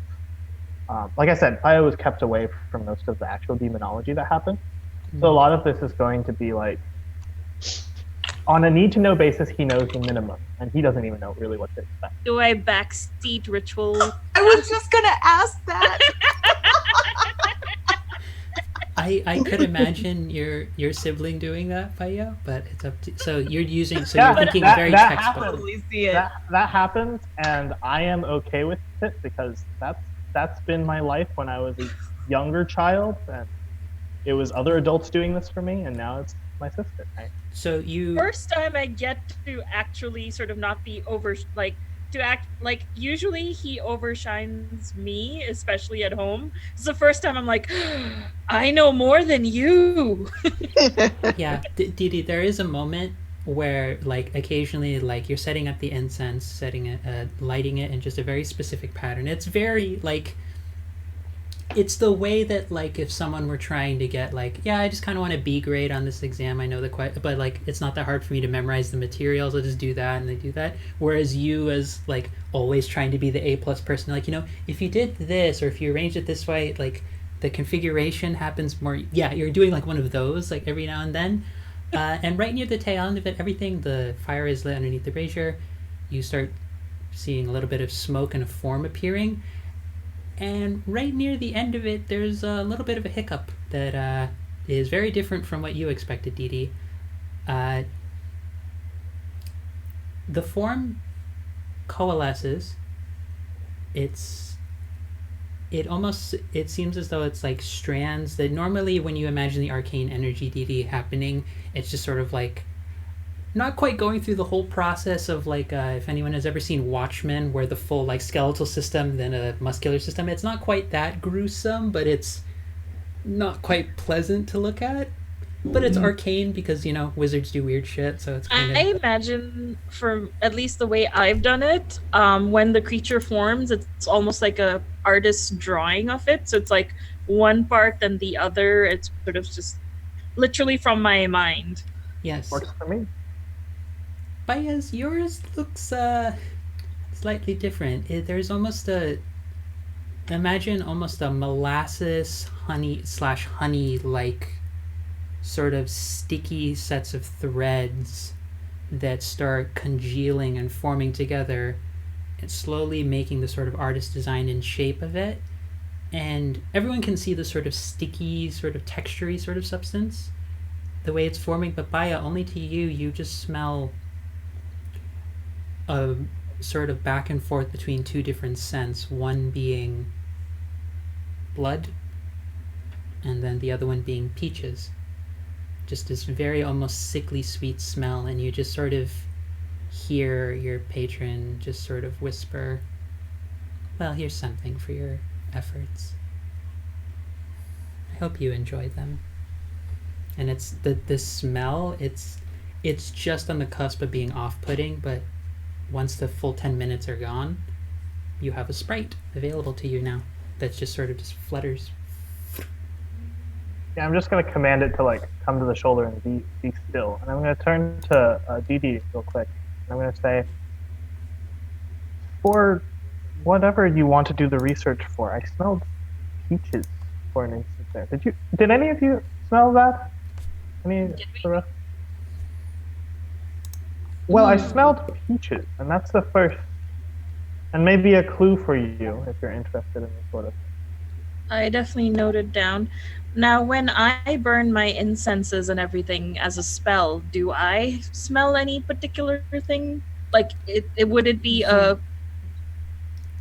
caster? Yours, the incenses tend to have more of a like think new age scent kind of smell. Like think of a new age store that just sort of has like those little stands with the little sticks with the like very thin ones that have a light. They're lit very faintly at the end. So like agarbatti sort of a thing, or which is like incense. Yeah, more that kind of range. It's never really supposed to be sweet or anything remotely close to that sort of smell. Huh, interesting. I usually just smell the herbs, which I smelled while you were casting it, but that's all you should be smelling. I'll definitely write that down. Put down blood too, now that you think of it. I blood. I didn't know what it was. Maybe it's some sort of iron. That smells similar, but it brought to mind blood, so that's probably what it was intended to bring. The brazier, did it like hold peaches in it or something at some point? Maybe it's the afterburn of that. I don't know. Perhaps. I mean, this is a farming town. I didn't see any peaches around, so I don't think that's a sensible explanation, but I mean, it could be, I suppose. When it dies down, like later on, can I like remove whatever's burnt and kind of sniff the brazier? Yeah, sure. You don't smell anything. And Baya, the scent's gone. Once the ritual was finished, the scent's gone. There's almost no hint whatsoever except just a very faint, almost chuckle in your ear. Once the ritual is done, it's That's it. Another possibility is I'm just tired. We fought a bunch of random, strange not interplanar creatures. No, I slept very well, but maybe sleeping very well causes you to smell peaches. I don't know. And I turn and look to Lapu, and I sort of go up and start sniffing Lapu's like, I Of course you do. I look down and go, I'm sorry. Is this a hobgoblin thing? No, it's academia. I just wanted to make sure you didn't smell of peaches and blood because you're the only new one in the party. So, And then I go sniff Bo and Ezerla and I don't even it's the sort of I'm so lost in trying to track the smell down that I don't actually ask, although I probably would in better days. I just literally stick my nose in someone's armpit sort of a thing. Sister, I know you're enthusiastic about the Arconic method, but you seem a little bit forward. My nose is already stuck in someone's armpit. What do you say? In a very literal sense, you have moved forward faster than I thought you would. As Dee Dee walks away, I kind of start smelling myself just to check. Nope. So I think I probably would have gone to Bo next and then Ezerla last. Yep. Yeah. Any Bo curiosity about this? was just sure, whatever. Raises our arm for better access. Yeah, honestly, throughout this whole thing, after they've done the ritual and everything, Bo, you just have the thing to work off of, before you head out, that Salik just wanted to speak to all of you. Just... Right. Yes. Wow, I almost forgot, but I did see Salik earlier, and he wanted us to come to the temple and have a word with him. Before we head out, Ansarlath, anything you want with this guy? Otherwise, I'm going to dismiss him. No, you're good. All right, go away. You creep me out. I'm going to dismiss him. It's you turn and you see there's 3 scrolls of Zerala's already written notes while you weren't paying attention about the sprite. You're just no, everything's fine. It's when did you write that? You weren't paying attention. But yeah, if you take the time to head on over, Salik will be sort of just waiting at the temple, and we'll have... I literally just had a moment where I remember the word for it in Spanish, and I forgot what the word for it in English was. That has never happened to me before. Basically a haja, just full... Fuck, I forgot the English word again. God damn it. A pitcher. That does not happen to me very often. Essentially, just sort of among some of the pews has a pitcher that appears to be full of almost what looks like a purple... light blue, purple, grayish sort of liquid, and you can see at the bottom of it there just appear to be what looks like dried fruits. That probably a few of them look like peaches. I go sniff them. They don't smell like the ones you were smelling earlier. And also Salik is just and sort of looks to Bo coming in and is I see that your companion Didi has returned, and is sort of I just... brought everybody. Well, thank you. I wave. Didi. From one person who has had trouble interacting with people to another, sniffing them and invading their personal space is not often the best thing to do. I didn't mean to, we were just rich. Never mind. Okay. They just sort of take their time, and it takes them a little while because you see that there's just a tray of about 6 cups that they just sort of pour this drink into, and they just sort of offer it to each one of you, should you desire to take it. Oh, was the peach whole fruit, or was it part of the punch? No, it's a whole, the bottom of the pitcher has full dried out peaches inside of it. A whole peach that has been dried out over time so that its actual juices and flavor have soaked into the drink. I take one. Yeah. Yeah, if you I try. take Bo takes one too. She I take- sniffs it first. Yeah, I just curious. And then takes like a little tiny sip. It's And then what does it taste like? it's pleasantly sweet. It has a mixture of almost it has a mix of cloves, cinnamon, a little bit of very fresh cane sugar, and peaches. Like, it's a very delightful, oddly refreshing, despite how sweet it is. Sometimes, like, if you've ever eaten, like, out of character, like ice cream that's like really rich and heavy, it can have, even when it's really good, Yeah. that overwhelmingly sweet one. This one doesn't. It actually feels almost refreshing, and taking a drink of it. Wow. Okay. I take a She's small. gonna down the whole cup. Before you even finish, you already see Salik's one good arm already refilling with the pitcher Oh, to the cup. I take a sip and I sort of just let it sort of gargle it in my mouth. Does it taste like blood? Nope. Jeez. I swallow and then continue sipping.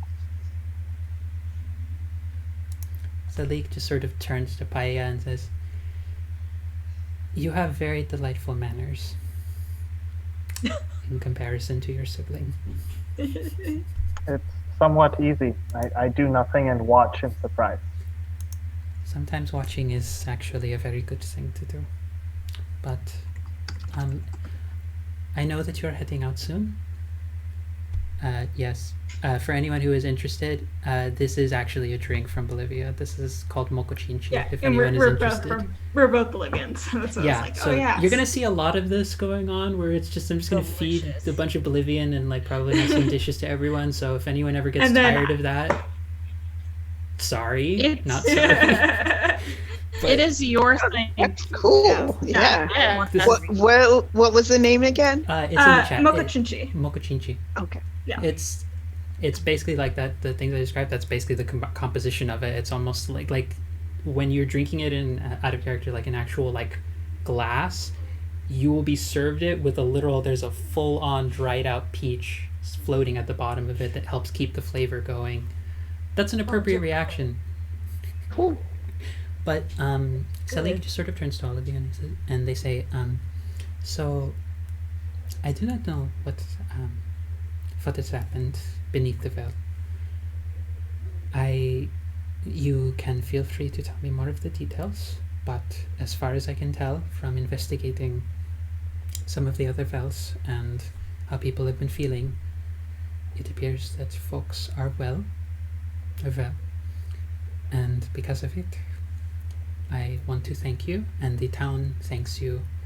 And they sort of gesture to a back room in the temple, which Lapu, for your benefit, as you haven't been with this, think basic sort of like Catholic church kind of like vibe, except there's a stained glass window and art installation sort of above the sort of front podium of two different divine figures sort of embracing one another. One that you might have heard of as Yondala, the goddess of halflings, and the other one is Avandra, the goddess of luck and change. And you might know from your particular history background that these two goddesses, it's said that their love and union of affection gave birth to the halfling race, hence why this location is known as the Halfling Haven colloquially. But as the light sort of comes in and is illuminating all of this, Salik just gestures to a back room, and you see a few different, effectively like satchels that are full of at least, I'd say, ballpark, about 6 days worth of food for each of you. It's a lot of supplies, it's kind of heavy, but they sort of gesture towards it and say, wherever you go after this point, if you would like, if I can help you with information in whatever way, I would be happy to do so. But on behalf of the town, I thank you for helping us. You did not have to, and I would have understood if you did not. But thank you for your time. Thank you for your kindness. And again, this is but a pittance of what you have helped us with in the past few days, as the town has been quite scared. There is one other thing that I believe your new companion would be best to speak about, and it regards the item that you have acquired, which I'm certain that one of you at least has, though I do not see it currently. I am certain one of you is holding on to it, and they are looking in the direction of Dee Dee. Fire cocks his head, like curiously. Know that is an item that is treasured. It is considered divine by many, and it is quite powerful in good or bad hands. I trust, should you choose to hold on to it or abandon it, that you will do good with it. But as regards your new companion, and for the sake of brevity, because we were getting into sort of the time when we were going to be taking a break, because we're already about an hour and a half into this, a little past that, and I want to give our players a break. Salik will explain based on, and this will be sort of filling in how you're coming into this, Gemma and Lapu. You, having traveled for some time from Backfire, just sort of exploring, probably if maybe a stop back home or just traveling along the plains and sort of feeling out just, this will get the point across even though the phrasing is bad, the vibes of like nature and the elements. Mm-hmm. And being a furbulk who naturally has the power to actually speak to animals and such, although you can't quite understand them in response, you felt... Yeah, it's kind of one-sided. Yeah, but animals do seem to still flock to you at times, and there's been a moment during your travels, as recently as the day before, where you felt as you approached Avis almost a beacon, almost like a pulse wave, like imagine sort of an earthquake ripple within, I would imagine sort of the way that, especially for an elements monk, as you're tapping into the very life force and energy of elements themselves, there's almost like pulling apart strings of reality to harness that energy into what your body naturally produces, as we're calling ki. That you felt almost a ripple amongst them, almost like a spider web is like where when you touch one thread it sort of releases a ripple across all of them to feed it. You felt a warmth of energy just ripple out from the direction of Avis, and you heard very faintly a bird call that was unlike any bird you've ever grown up with and unlike anything you've ever experienced. But we'll flavor it as you almost have a sense that this might be the direction to go, and as you've gotten sort of in the presence of Dee Dee, you've felt that warmth again. You don't know for what reason, but as Salik is mentioning sort of the shard, you feel that warmth just very faintly again. It's just you who feels it. Mm-hmm. Coming from Dee Dee's direction, and every time Salik is mentioning the shard. And there's just a sense with you coming in, so it's sort of to fill in the party and to bring Gemma into this, that this is sort of, this feels like the right thing to do. You get a sense this might be the group to stick around with and see what happens. As you've traveled for a bit and you've worried, like, why is no one paying attention to, the continent being in distress or nature just kind of going bad? This feels like the first time in a while that it's almost like, hey, maybe things are going to be okay.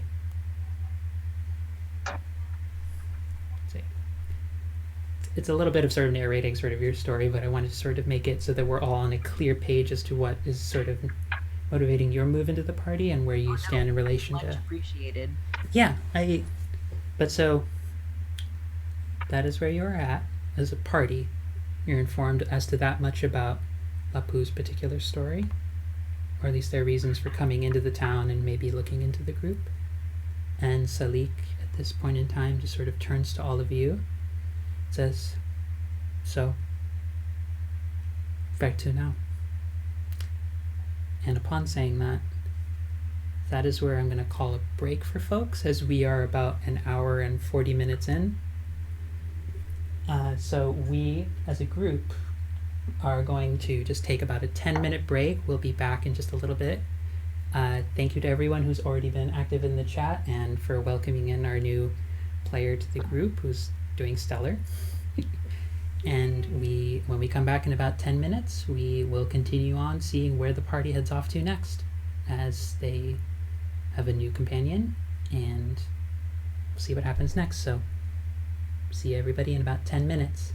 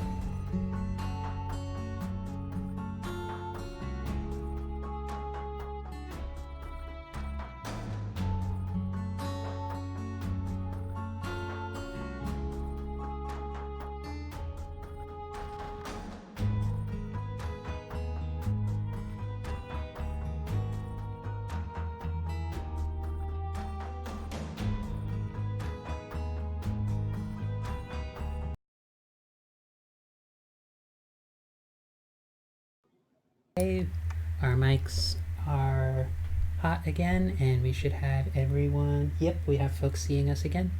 Wonderful. So, And their sound. yes, and there's sound, the other critical component. But Sound is good. sound is helpful. Always good. A bit helpful, I But think. so for folks joining us in, we come back to the party after having bartered for materials to go through a fine familiar summoning spell that had its own interesting consequences, mostly of the personal space and sniffing variety. And giving a sort of leeway into Apu's entrance into the party. We ended off before break with the question coming from Salik of where to now? We have not discussed that in any way yet, have we? Well, probably furthest from where we came from. But I was actually wondering if perhaps we could make our way over to, let me pull up all the names and everything, to Dactyl. Actually, Salik, you mentioned you could help us if we had any questions about where to go next, right? Yes, I did when I was younger travel a bit around Agni, and I do recall bits and information here about different locales. Could we come and talk to you about it later? Because we haven't really decided yet, and perhaps some of that discussion also should involve the new party member and also various things we experienced during our trials underneath the city. If you would like, the temple, I will be attending to services that will be happening soon, but and I will be going in to check on Herman and his partner, and yes, if just feel free to return to the temple after services. Regarding Herman, let it be known that he did help us when we went to the farm, or one of the farmhouses, and were attacked. I just let it be known. I don't think he's very good at telling stories.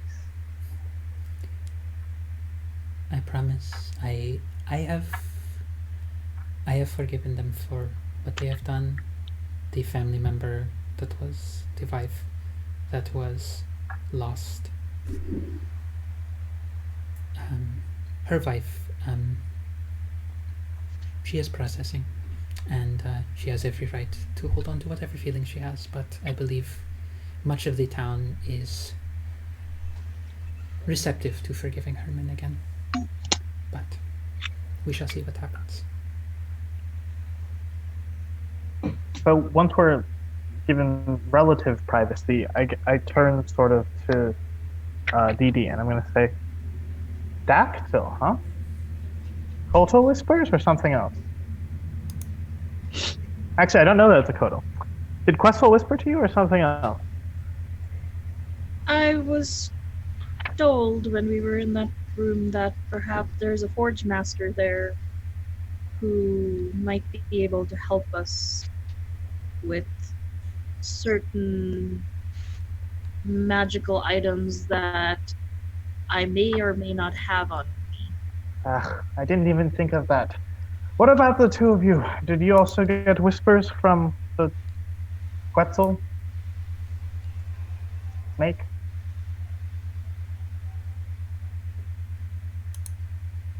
Quetzal was the name of the messenger that you all spoke with at the end of the previous session when you were receiving your messages. Quetzal was the name that I believe Baya was the only one to ask the actual proper name, but you know, Bo, you just know it as serpent, divine thing. Azerlath, you know it definitively as a divine messenger of Denier. Didi, you, I believe, also know it as a divine messenger, but Bo, for the most part, Because of knows the it as, like, Ignis. yes.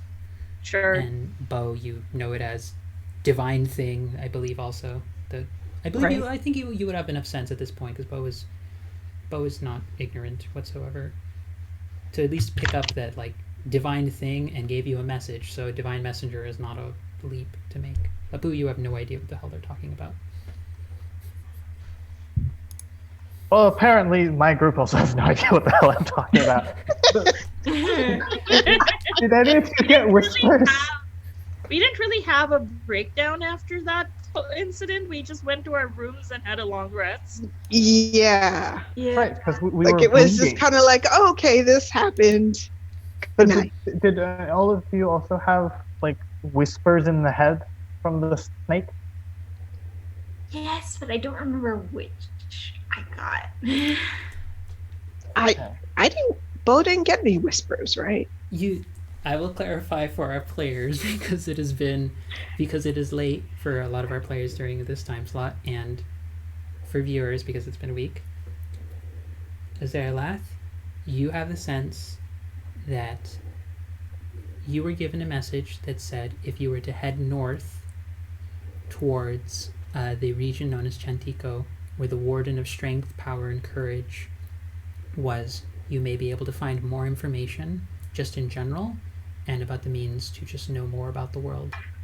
And you would have also been told that out west near Dactyl, you probably would have given some information about the Forge Master, but I think you would have been told more about that place is dangerous, but that the forgotten sort of ruins and such over there might have information that's lost and long been forgotten, which for a knowledge domain cleric is sort of like, that could be cool because weird ancient forgotten stuff. And they probably would have also mentioned that the Whispered One, which was a term and a name that you all heard when the warlock was speaking, something to do with that location as well. Bo, you would have been told about the Chantico part, about the Warden of Strength, as the messenger was speaking with you about what do you seek in the world. And you sought more understanding, more, not power, because you got the fist bump of appreciation from the divine messenger. Dee Dee, you would have been told about the Forge Master out west, Dactyl, which I'd say at least Azerlath and Dee Dee know that out west is very much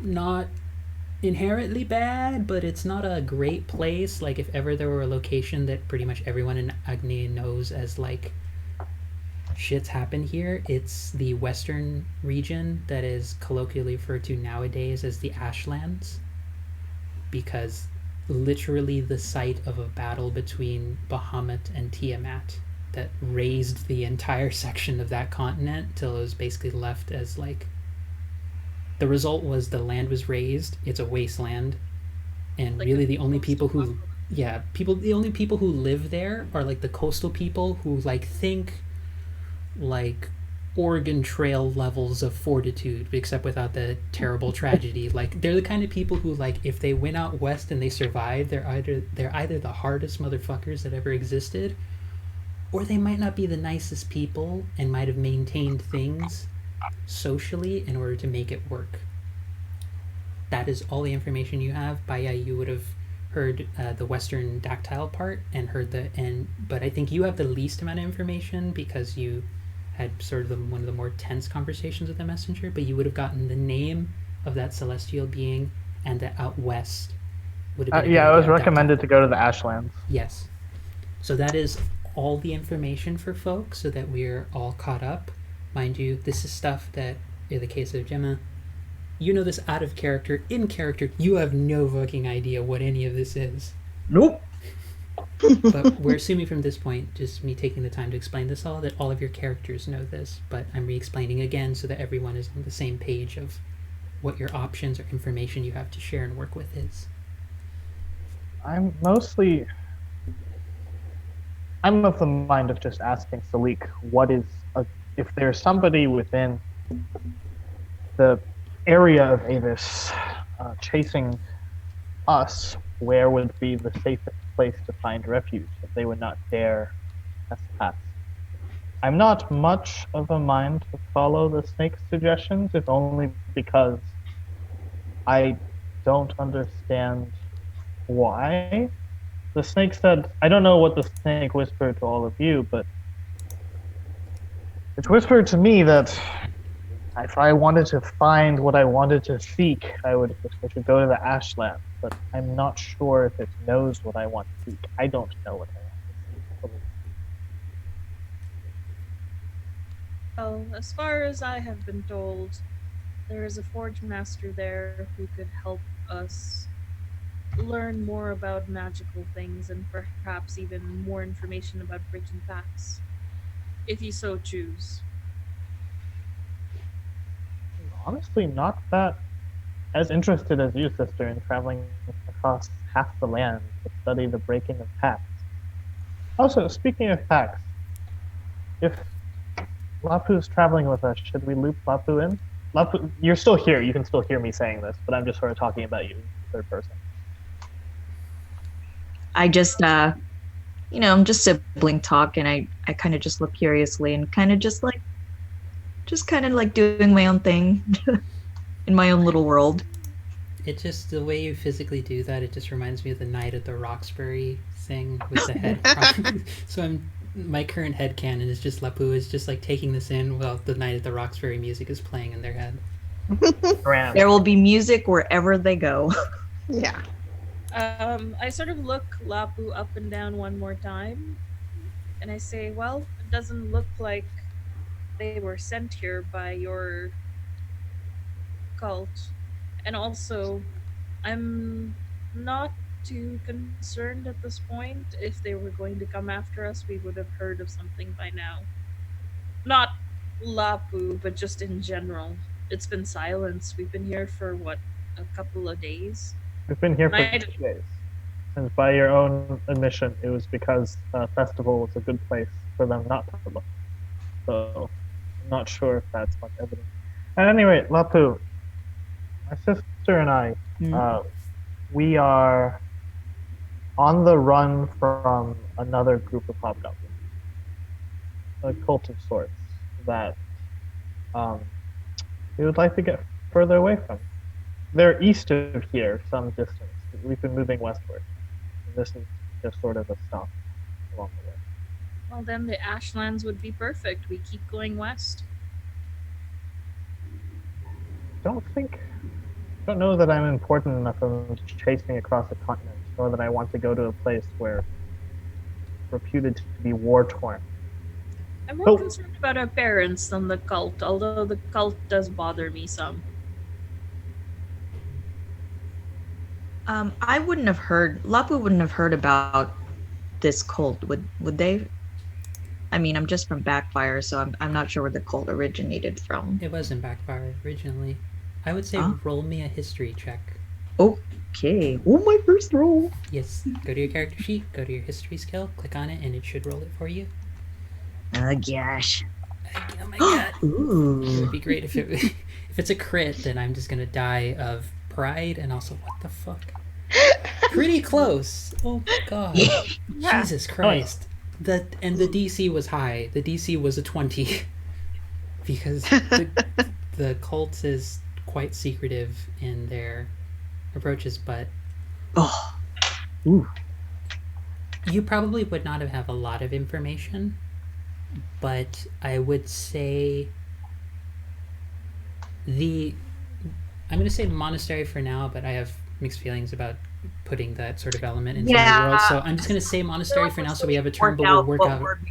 Yeah, we're going to use we're going to figure out a different term just to avoid potential Orientalism of all that stuff. Yeah, the particular martial school that you came from, the location, folks, while they did tend to work primarily with their own traditions of martial prowess, did share information, and from the head of the Sun Soul School of Martial Practice by the name of Temperance, who was a deeply red-skinned tiefling who tended to stand out quite a lot from among the monks, but also just in Backfire for being a tiefling who, in contrary to how a lot of other tieflings would approach, would sort of present themselves in a lot of the society, was very open about the fact that she had like these massively long curled demonic horns and was very proud of her infernal heritage. I believe you might have overheard, or at least been told and had conversation with her, to be mindful while traveling around the city during the little bit of time you were still there, of, and this may be a temporary name, so do not hold me to it, but what seemed to be the growing influence or talk in some circles of a group that was known as the Hands of the Face Taker.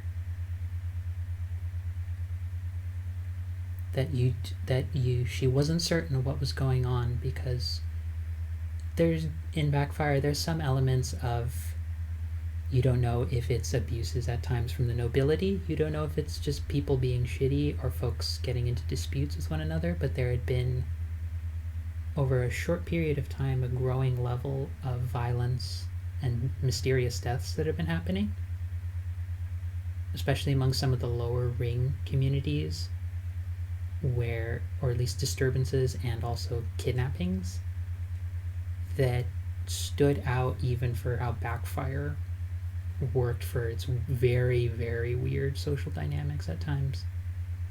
So I would say you don't know like the ins and outs about them, but you do know, I think Lapu would know enough, especially with that check, that it's something to be worried about or something not of good intent. I'd say that's the most that you'd get, and that's a lot, but you rolled that check. That's a good starting roll. Yes. So yeah, Lapu, you would be able to respond that you do know a little bit. I look at both Baya and Didi, and I say,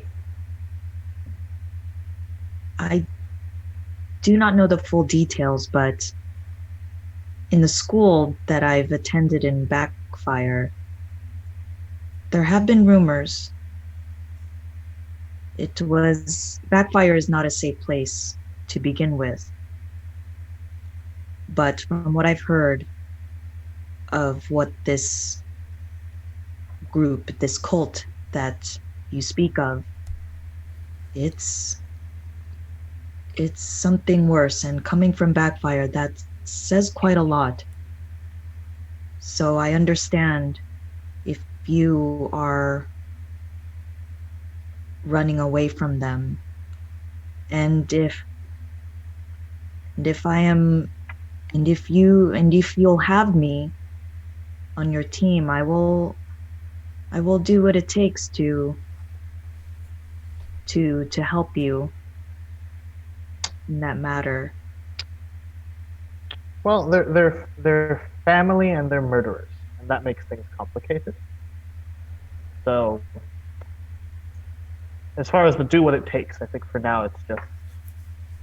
I had to give up college to make sure he was safe. I smile at Didi and go, "You are a good sibling." I try. So, the two of you, did you get any, I don't know, locational whispers that you want to pursue? I was thinking, if you did, maybe we could compromise, head west, not all the way across the continent, but maybe a little way to some other destination. See if the snake's to be trusted. The snake we're talking about, Lapu, we came across some sort of creature that was able to speak directly into our minds. And for reasons I don't understand, my companions seem eager to trust it. Does this creature speak to you all often? No, just the time we found a rift. No. We literally just found a pile of snake, and then we got it to get up, and then it talked into our minds. Yep, that's about right. Lapu just nods and goes, "Snake and a rift, you said?" Well, it wasn't just a snake. It was, and I describe what the quaddle looked like. Like sort of prismatic scales or like sort of red, orange, and yellow scales? For Gemma's sake, if you've ever seen like depictions of the god like Quetzalcoatl, which is sort of like a Quetzalcoatl? long, yeah, like think that, but think more like long, almost bird-like face, serpentine, scaled body of various reds, oranges, yellows, and blues, and long, almost feathery kind of wings. So basically Quetzalcoatl, but divine messenger. It was called Got Quetzal, it. and it was a quaddle. Okay, Quetzal, and it's a quaddle. It's quaddle. I love my players. They bring so much joy into my life. Before you continue, Didi, Bo, just checking in. Did you have something you wanted to say? I thought I saw you about to respond earlier, and just checking. Oh, well, Bo definitely would like to check out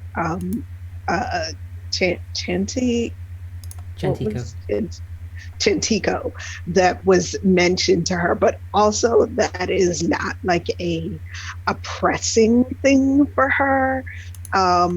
She kind of understands that like bias thing is more critical, staying away from this cult. So yeah, Saralath is happy, might have preferences, but is happy to go where we need to go. It's more important to like travel with the group.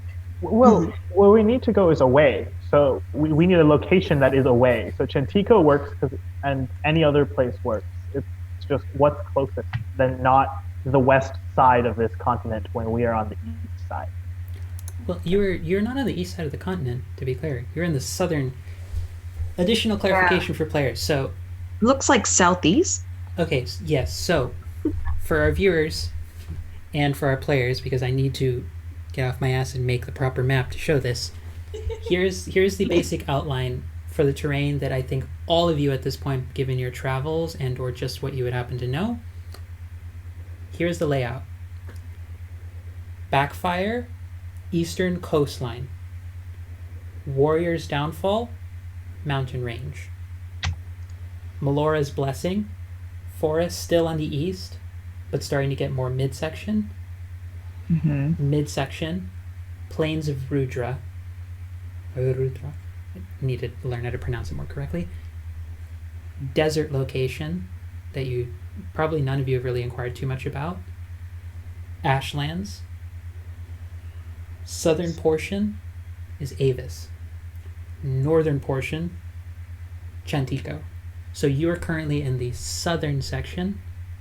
Oh. If you wanted to head to the Ashlands, you'd be heading more west. If you wanted to head towards Melora's Blessing, which Lapu would know a little bit more about, and where Lapu is from, out of character, you know this, in character, Lapu would have to tell you, you'd be heading east. No matter what, if you want to head north, that would be putting you more in the direction of Chantico. So where by because you may have mentioned this, but I don't. Bo definitely didn't ask. Where are you coming from? We came from the basically Backfire. East from Backfire. So Okay. any place that leads us away from there, as far as I'm concerned, works. I was proposing we just ask Salik for a safe spot west of here. But if there are other destinations, they are far away. I am therefore happy to go there rather than ask aimlessly. I would say though that if the map as you had given us earlier is as given, Chantico is way too close to Backfire for. Yeah, it does sound like it's pretty close. There's still significant space because you'd have to go through the plains, the forest, and the mountain range to then get to Backfire. Whereas Chantico is just straight shot north. It would still be like probably maybe 2 weeks of journeying to get all the way back to Backfire, whereas it'd be more in the range of like a week to 10 days to get to Chantico. Full disclosure, not great at, I am not a map making person and also not a like travel distance gauger, but I'm telling you, for the purposes of in-game, that would be the rough specs of what you'd be looking at. So for your in-game character knowledge, What about the Ashlands? Ashlands, it would not be as far, probably more like 4 or 5 days, but you would all know that they're probably the most dangerous of all of them. Because the last that, well, actually, how about this? I want everyone to roll me a history check to see how much you would even know History, about the fine. current conditions. But apparently, Azrael. Zerath is god tier. So Very character. Okay. this is very accurate. That's very in character. Bo, you've grown up more probably nearer to Chantico, but the most you've ever heard growing up was that like the West is just pretty rough and tumble territory. Like probably you would have heard growing up like some people like dare each other. They're like, oh yeah, you know what? Well, I'm gonna fucking take a journey. I'm gonna go out west. I'm gonna live out there on my own, and I'm gonna be a bat. You would have heard it like from the kinds of like guys who would talk big, but you know they wouldn't last like a day out there. Yeah, bro. Basically, yes. By Oh, it sounds I'd like say- a good place. I'd say relatively how closed off you were because of the cult, not that much that far west. Your more recent knowledge of it is not particularly defined. I would say for Didi and Lapu, because I think I'm reading that right. That was Didi and Lapu. You are aware. Oh no, God, stop. Oh dear. Apologies, everyone. That might have thrown off. Okay, they're back. Sorry. No, I fixed it. Was trying to get these things to be no, they're in the right places. Okay, doke, we're good. Apologies for We're slight still production on. issue. We're still live. Yes. Yeah, we're good. If you're keeping a bingo sheet for this, everyone, mark it off production issues, which should hopefully calm down next week when I move. Lapu and Didi, you have heard a lot more stories that, like, following the Draconic Wars, which were effectively, as I stated earlier, the whole raising of a long-term conflict that happened between Bahamut and Tiamat, where it was to the point where Dragonborn, who in this world served and were created by dragons and were some of the first living races created by Bahamut, by Ayu, parent of Bahamut and Tiamat, and were gifted sort of as the children to Bahamut and Tiamat, given their particular position as, depending on who you talk to, indentured servitude or slavery. Depending on who you talk to, this led to a long-term conflict that effectively razed the entire western section of the continent. The conditions are terrible. Breathing is possible, but there are like very rough like windstorms they're partially called the Ashlands, and because the windstorms, it's not them inherently that cause problems, but given the recent effects with the continent slowly losing the life force that it normally would be replenished by the divine bird falling to the earth, well, to the prime material plane in Agni, whole swaths and clouds of iron and ash will be raised up sometimes every hour, sometimes every few days, trying to move through that area. So you could make a trip there, but depending on how prepared you are, it may be one of the roughest journeys you ever do. It's not impossible, and depending on what route you take, if you maybe try and go along the coast and deal with the communities there, it could go good or it could go bad. Azeralath, I'll say with your crit, you have the information that you've been hearing whispers from just basically down the grapevine in your studies from different folk from when you were in Backfire working in the libraries, that there have been, depending on who you talk to, folks of the necromantic persuasion that have tried to defile some of the grounds and some of the cities that used to exist out west. One of the most prominent that used to be a sort of town city in celebration of Pelor, known as Dawn's arrival, was nicknamed Hell's Gate after the influence of necromancers and others who laid influence there. So that's what you know about the western terrains. Sounds fun. Yep. I mean, Bo's intrigued, but It's like Lily's interest is different from Bo's interest. Lapu is Asarlath, concerned. what was the location you were whispered to or suggested? I believe it was Dactyl, within the Ashlands. Yeah, it would be out west. It's not quite as like far out west as the Ashlands are. It's sort of like maybe like if you were talking like the mouth of like a cavern. It's like the last. It's like basically the last refuge before things go to hell, almost literally. Like Okay. In the notes we had, it says it's inside the Ashlands, but that's cool. yeah, it's basically like the opening. It's basically like welcome to hell. Here is the gate, which is Dactyl.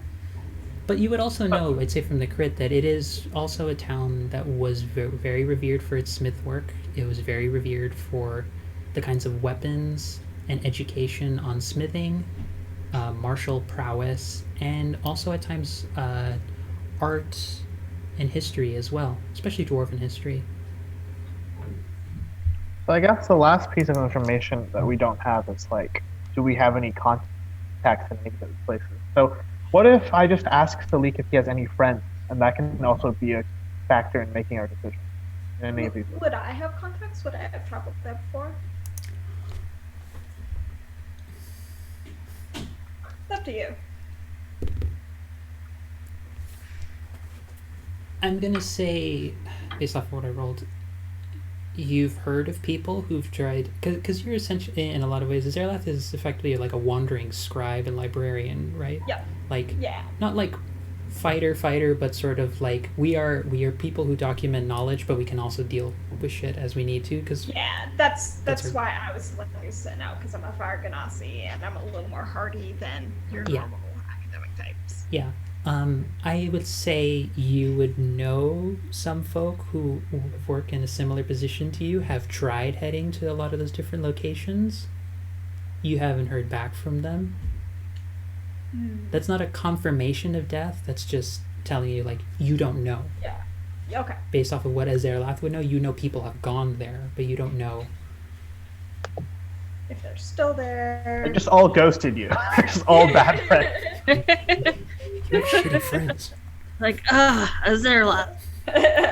Stop trying to make scribing a thing. It's not going to be fun. But do you all agree that maybe that's some information we can get before we make a decision? Yes. Okay. Yeah, and Salik, I wanted to go to Dactyl too. That was the place, not the Ashlands in particular. Salik, I walk outside. Yes. Salik? Oh, hi. We were,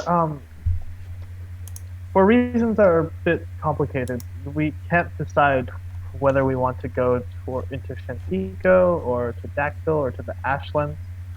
They're all sort of candidates at the moment. I know I mentioned some like odd candidates there, but do you have any contacts in any of those locations? Just somebody we could say we were sent by Salik, or a good word for us from this town. If I'm to be honest, there has been. I did have friends who, not quite in Dactyl, although they might have moved over there. I do not often know Lucian's interests, but I did have a friend by the name of Lucian, who at one point in time used to live in what's known as Rock's Arrival. It is the sort of desert. It wasn't a desert up until recently, but I have a friend by the name of Lucian, and I believe his husband, Shump Steverin. A bit of a temperamental orcish fellow, but quite pleasant actually, especially if you have him around Lucian. But I believe both of them were at one point in time, if not acolytes, I knew Lucian was an acolyte of the Divine One themselves, but I know that at least Lucian might provide some support, or at least if you wanted a stopping point along the way, you might want to take some time to explore Rock's arrival. Okay.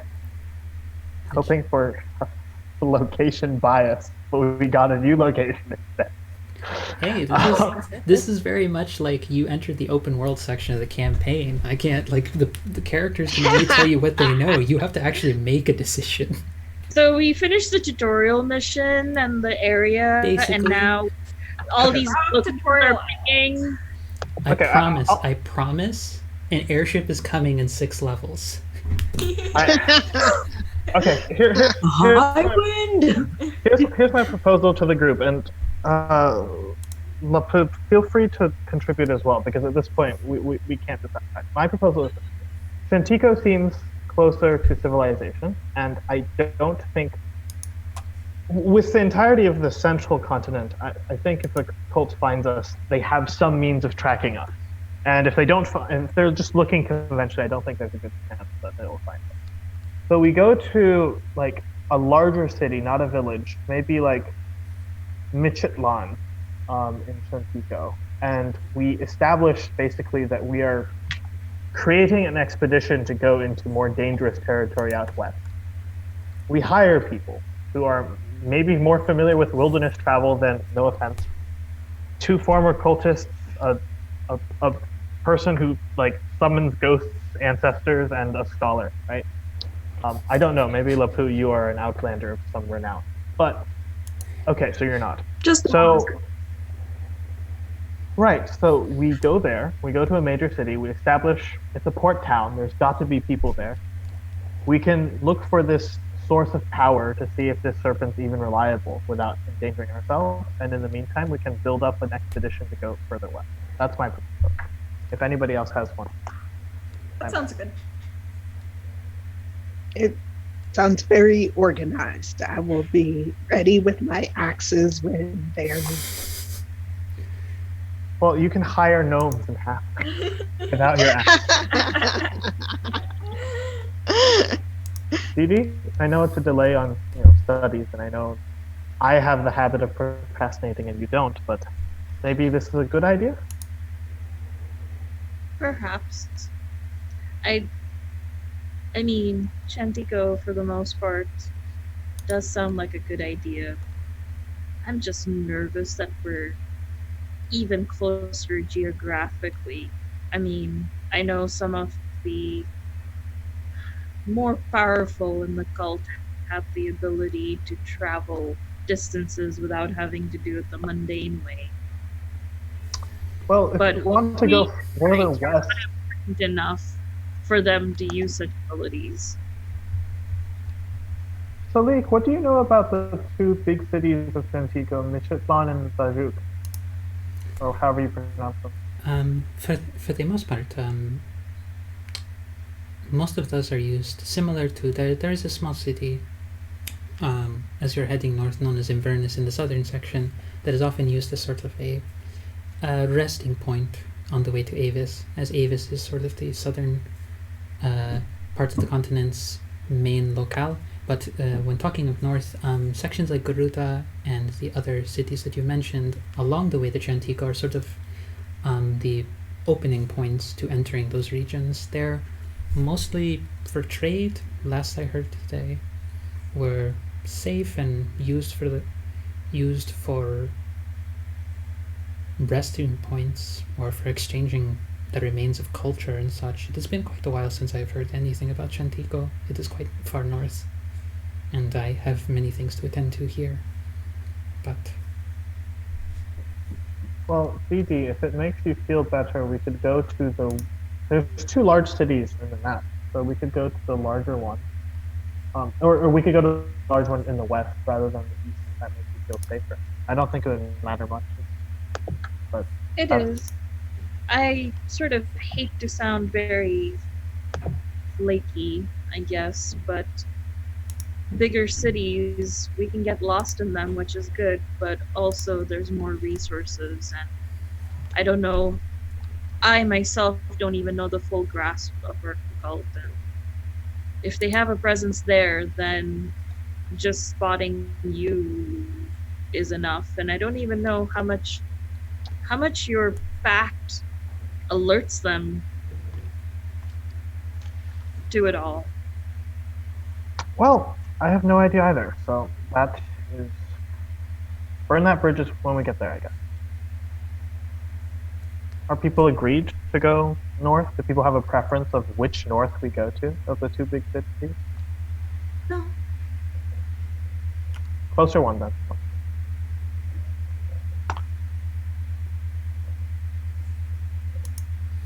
All right. I don't really care. Bo's just like, I'm just along for the ride. Yeah. Bo's just like, I just want to be able to Things on fight fire shit. right now. I'm like, It's all an adventure. let's If you could give us a more specific route to that place that's safe, we'd appreciate it. But we're probably going to Shantiko, it looks like. In that case, the plains, while you could make a detour through them, the closest route would probably just be passing along the midpoint between Rock's Arrival and where the plains are. The most of that region is mostly similar to the plains of Rudra, just plains themselves, but not as marked on the map. Maps are, as many people know, inefficient at times for describing reality. But for the most part, if you just take a straight shot, there is a trading route that most people use while making connections across much of Agni, or at least people used to do it more often. But if you Is it safer to go by land or through like a riverboat? land would be Okay. much more. I am certain, given your friend's particular affinity for the elements, and Salik looks in the direction of Lapu, they are quite aware that the land is very much dealing with decay. And even here in Avis, and sort of they take the time, they gesture more southerly direction towards the river. The river has begun to dry up, and I would not wish you to suddenly get into some sort of trouble just trying to travel along the river and suddenly it dries up. Also, I'm not quite sure how Zeralat will feel about being on a boat. Right. Do you, Both in and out of character. do you dislike being on boats, Asura? I either forgot this or wasn't here for that. No, it's just a logical. The water is the antithesis. yeah. Lapu looks at I am Lapu my looks at Azerlat's hair. Okay. I guess. Is that a Genasi thing or is that a knowledge cleric thing? Like, That's an I'm a fire person thing. okay. Love Paya Interesting. as a character because there's moments of just genuine not getting a thing that make me smile so much. I, And All even he has like some common sense, especially with all the sort of elemental studies and everything. Just like, yeah, it's a very rare occasion when fire Gensai or Gensai take a boat trip. They're not known as great sea navigators. sort of thinking about my own abilities with fire and wondering if I should stay away from rivers from now on. Like, is this the thing in the wider world? All right. I'm just imagining while this whole conversation is happening, I'm just imagining like Azerlath has like slowly just once boat and water travel was mentioned, Azerlath's just been like Yeah. like probably Bo and Lapu and everyone's noticed except for Paya. Paya's the only one just asking. I mean, Bo's not too fond of water either. She can't swim, so. And her sister Animal is not into water. We've established water is dangerous anyway, so this is an interesting facet. I will store it away in my limited cultural education. if we're gonna go by boat, then I need some time to summon a different. Kawa needs a bit of a makeover. No, there's like three of you saying we're not going by boat, and Salik is also saying that we are not. So, just as a quick check-in, so at least this confirmation. North, Chantico is the decision, not emphatically not by boat and by land. Correct. Yeah, that seems to be. Okay. That sounds true. Okay. So, Salik, hearing that decision, will prepare the satchels of food and supplies for you. It is enough for at least 5 days of rations for each of you as a gift from the village. And just sort of, as need be, you probably, in order to get out of the city and it's full, in the most direct path to start heading in that direction would be the northern gate. Salik just sort of walks you the full path, and you're able to pass. Unless there's anyone else you wanted to talk to in the city of Avis, you can feel free to head off. I did have some stuff to buy, but that could be also taken care of. Yeah. What was it that you wanted to buy? I think you had mentioned it to me earlier. That there was some things. Yeah, just some magic inks and yeah, just magic inks and supplies. Like, Why don't we have it be? I was gonna originally give the party some money from the town as also partial thanks, but why don't we have it be for DD? You have enough inks to at least transcribe. Roll me a d4. okay.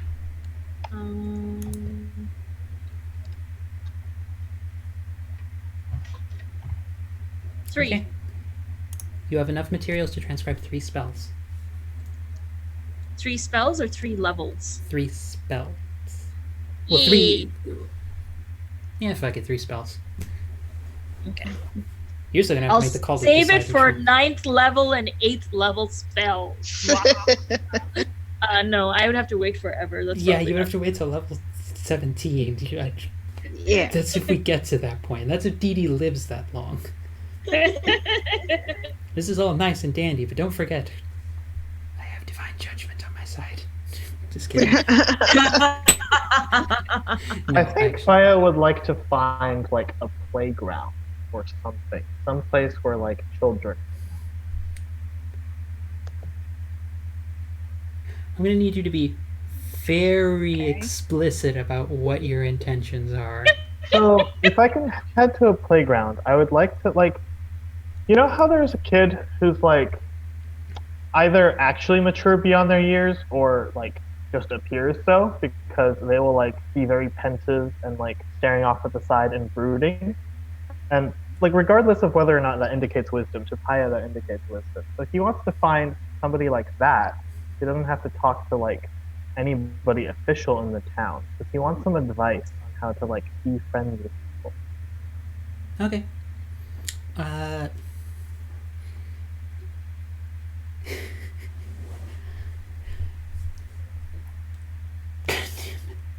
Give me a moment to just recover myself. My Yeah. my delightful player group is doing that thing where they break me again. I would say, roll me just an insight check, just for purposes of this. Okay. Jesus Christ, guy. Why can't you roll this well in combat? Oh, it's just whiffle like cat fights at that point. Yeah.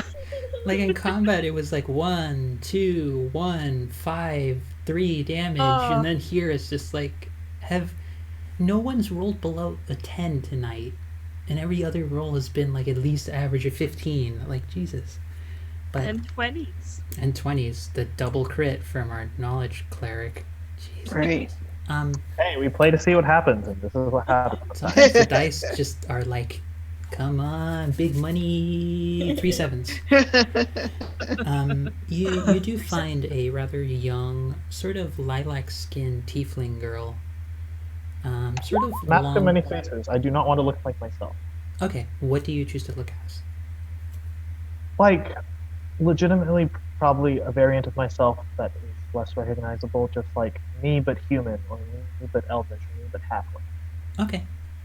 Probably not me but halfling because I can't be short enough, but me but some not me. Okay. That. You go up to her and she just seems friendly. Hi. I haven't seen you here before, but you seem pretty nice. I'm with the group that was passing through, and I'm gonna do that thing where like I just sit down and I start talking as if not to her, but like she's there to listen and she's going to hear anything anyway. So It's a like really big imagine assumption you're making as a person. I'm going to tell you that right now. Not to rain on your parade, but I'm like, But you did roll very high, so I would say you found someone who was very empathetic and listening. So I'll say I will allow it. But no, she. I don't know that it's like an assumption as much as like this is Haya's not. This is a first time thing. This is true. I think that's fair. So- yeah, she just listens. Depending on what you say to her, I'll tailor the response based off of what you say. So you're running away from a bunch of people. And like maybe when they find you, they want to kill you. Haya opens to this child.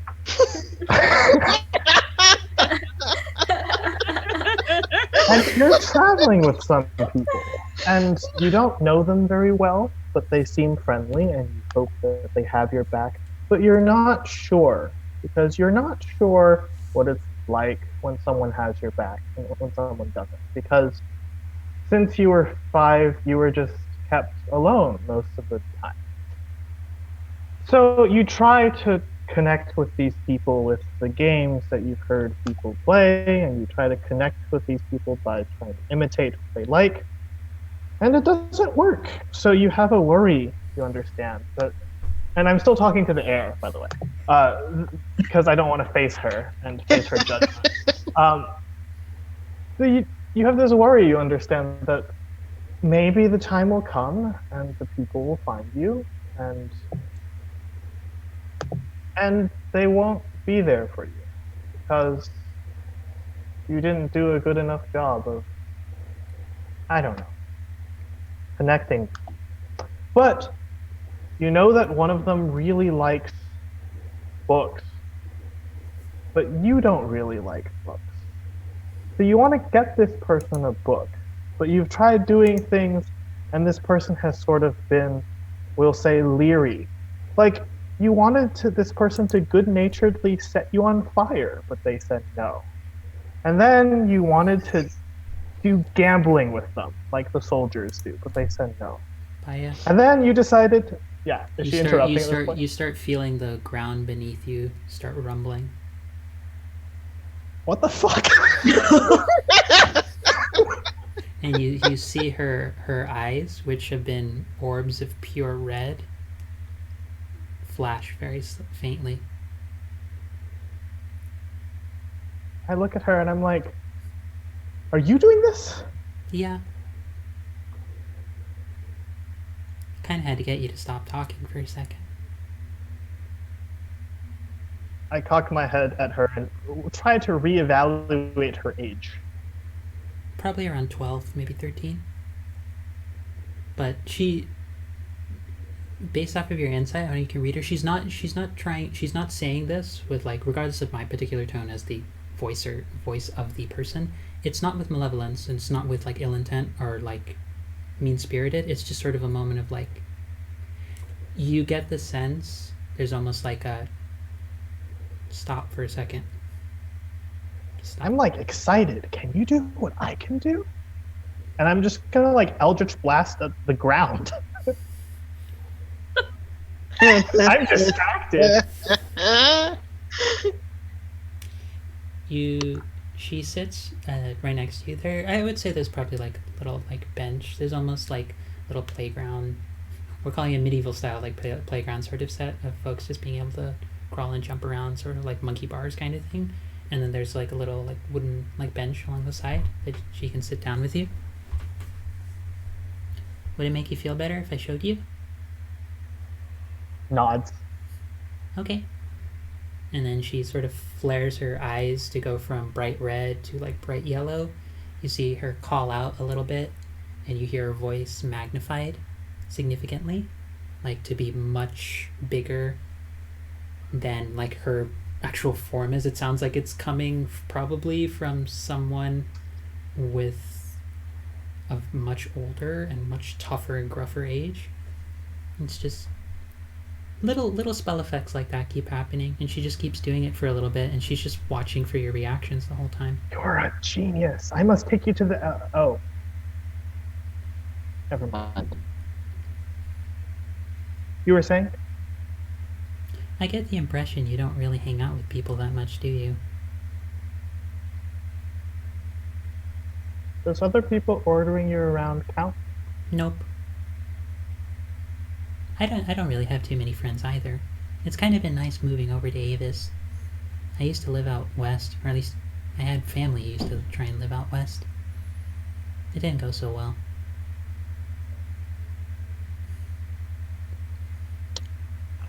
Yeah, moving and not going well are things I'm familiar with. She just smiles with you. She gives you space, like for whatever you need to like talk and just chat. And she just chats with you. If you choose to talk to her more, she just tells you a little bit. She lost her parents. They were abandoned. They abandoned her shortly when they were trying to flee from someone who was after her family. They sort of made a break and left her with relatives in order to try and lose their trail of people going after her. You get the sense, again, because of your ridiculously high insight, I'll apply that to the conversation as well, that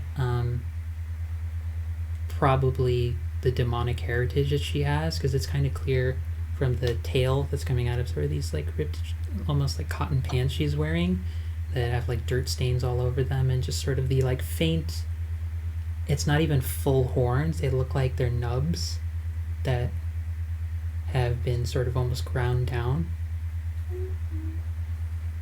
Is she conventionally attractive for like tiefling?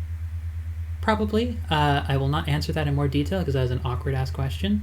But I'm gonna try not to look at her then directly. She's trying, not with like this sort of movement, but she's trying to just keep her Glad focus she's on not emulating a barn owl. Yeah, I want to keep her face out of my memory as much as possible, for reasons that you understand. She's trying her hardest just to keep you focused in her view. And we play an awkward game. basically, and she's like, nothing new to Paya. Right.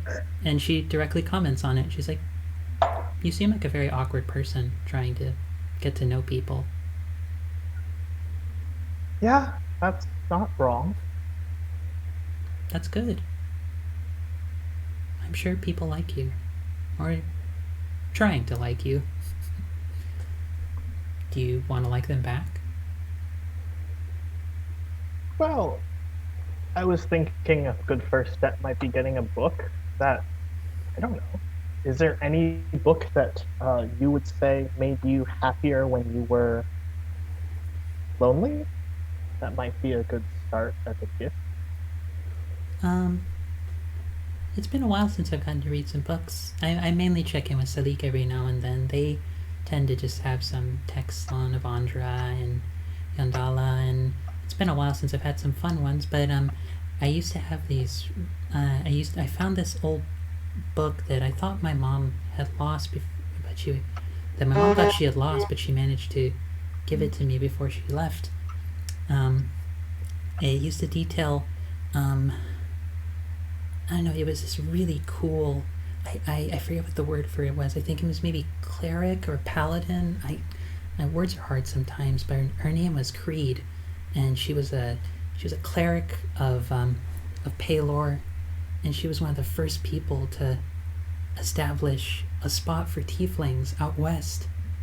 She actually helped make a spot for us, and I don't know, that one, and hearing from some other folk and some of the stories I'd hear about Creed, that made me really happy. it was really nice to know that, you could be something different than what people always told you were. You could be, better than what people expected you to be. And you just see it very faintly, just like slight tears around the edges of her eyes. I'm sadder than when I first entered this playground. But hey, you want to make friends, right? Yeah. Well, maybe, if it helps, let me ask you something. Go for it. Do you want to be a friend, or you just want people to like you?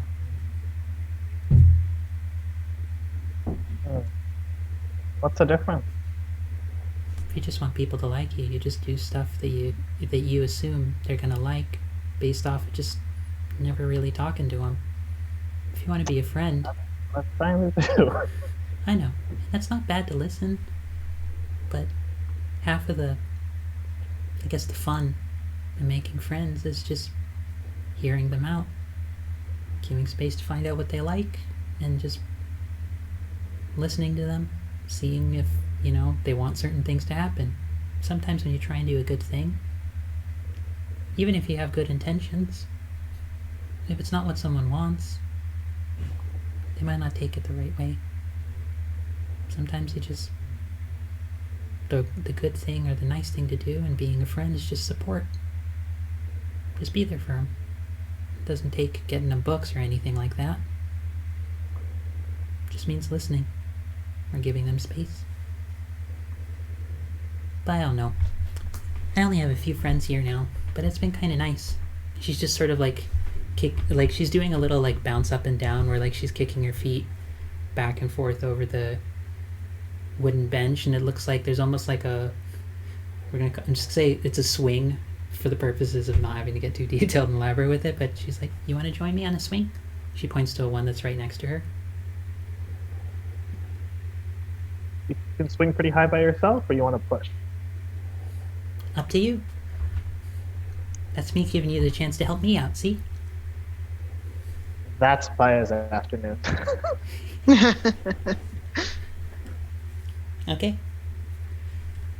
If the party is ready to keep going, you can head out north and start your travel.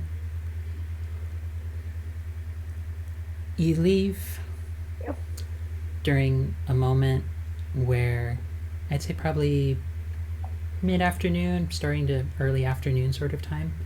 All of this sort of conversation and some of the afternoon with Baya taking some time has started. It's probably more around 3-4ish, I think, if Baya's spending some time with the kid on the playground. And you're all able to head out north, away from this place, which the smell of potatoes, corn, various crops, and other produce grown by various folk, many small folk of halflings and dwarves and goblins and gnomes. You leave this village just as disturbed as it was by whatever ill intent the warlock had. And there's a rainbow that's appearing across the skyline. Just bright, cheery, the sun is up high. Wind is there, but not intense. Just a nice light breeze. You feel heat. It's maybe a tiny bit humid, but as you walk, the dirt sinks just very faintly. You pass by, you hear the sounds of animals grazing. You see a wave from different residents. The gnome, I believe is Deirdre Brambleheart on the northern end of the city, gives a very happy sort of wave in the direction of Bo and sort of sends a good cheer her way. And you begin heading off north. You travel for a bit. The path winds and curves. It's worn, has much evidence that caravans and carts and other materials have passed by this many a time. And I'm gonna roll for this last one to see how we end this episode. Okay. As you're traveling for a little bit, going by foot. It's slow but very steady. And you see what appears to be just a simple horse-drawn cart.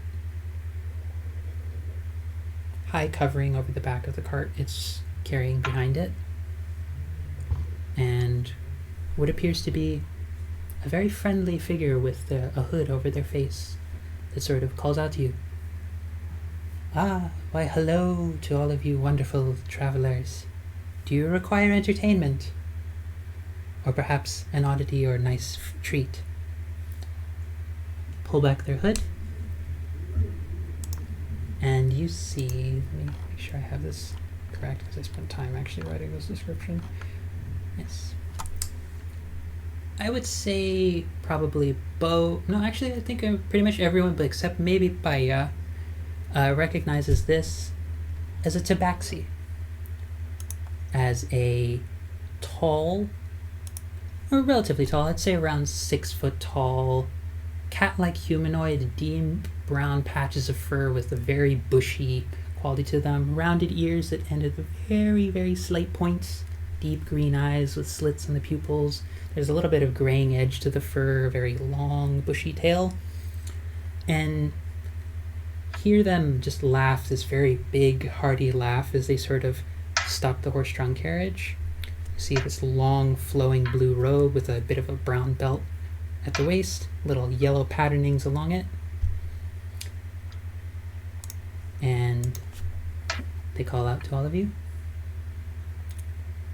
If you have coin, Kitaji has entertainment.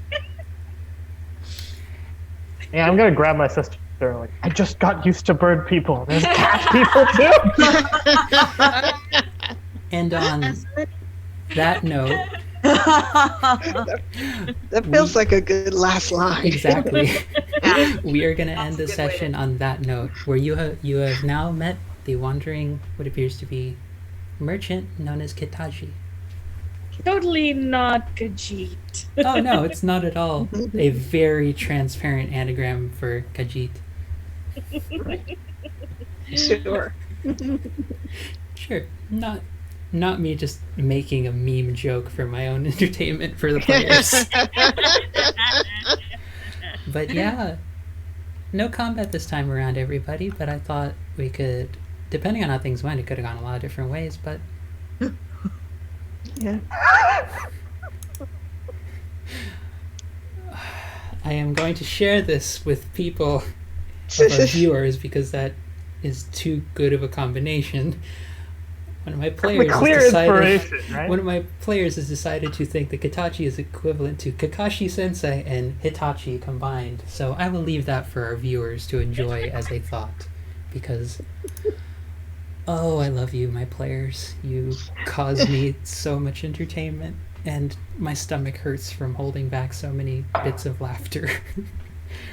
So, to sort of finish out this session, I want to give thanks again to everyone who has taken the time to come in and interact with folks in the chat. Mostly our players giving memes and other other commentary and delightful wordings in chat, but I love this. And thank you to all the folks. I believe we peaked out at around like 10 or 11 viewers. To all of you who were here and attended, we love you so much. Thank you for supporting our time in Agni, and for supporting our wonderful new cast member, well, campaign group member, Gemma Lapu, the sweetest, most wholesome furbolg boys I've ever seen, who is Hippie.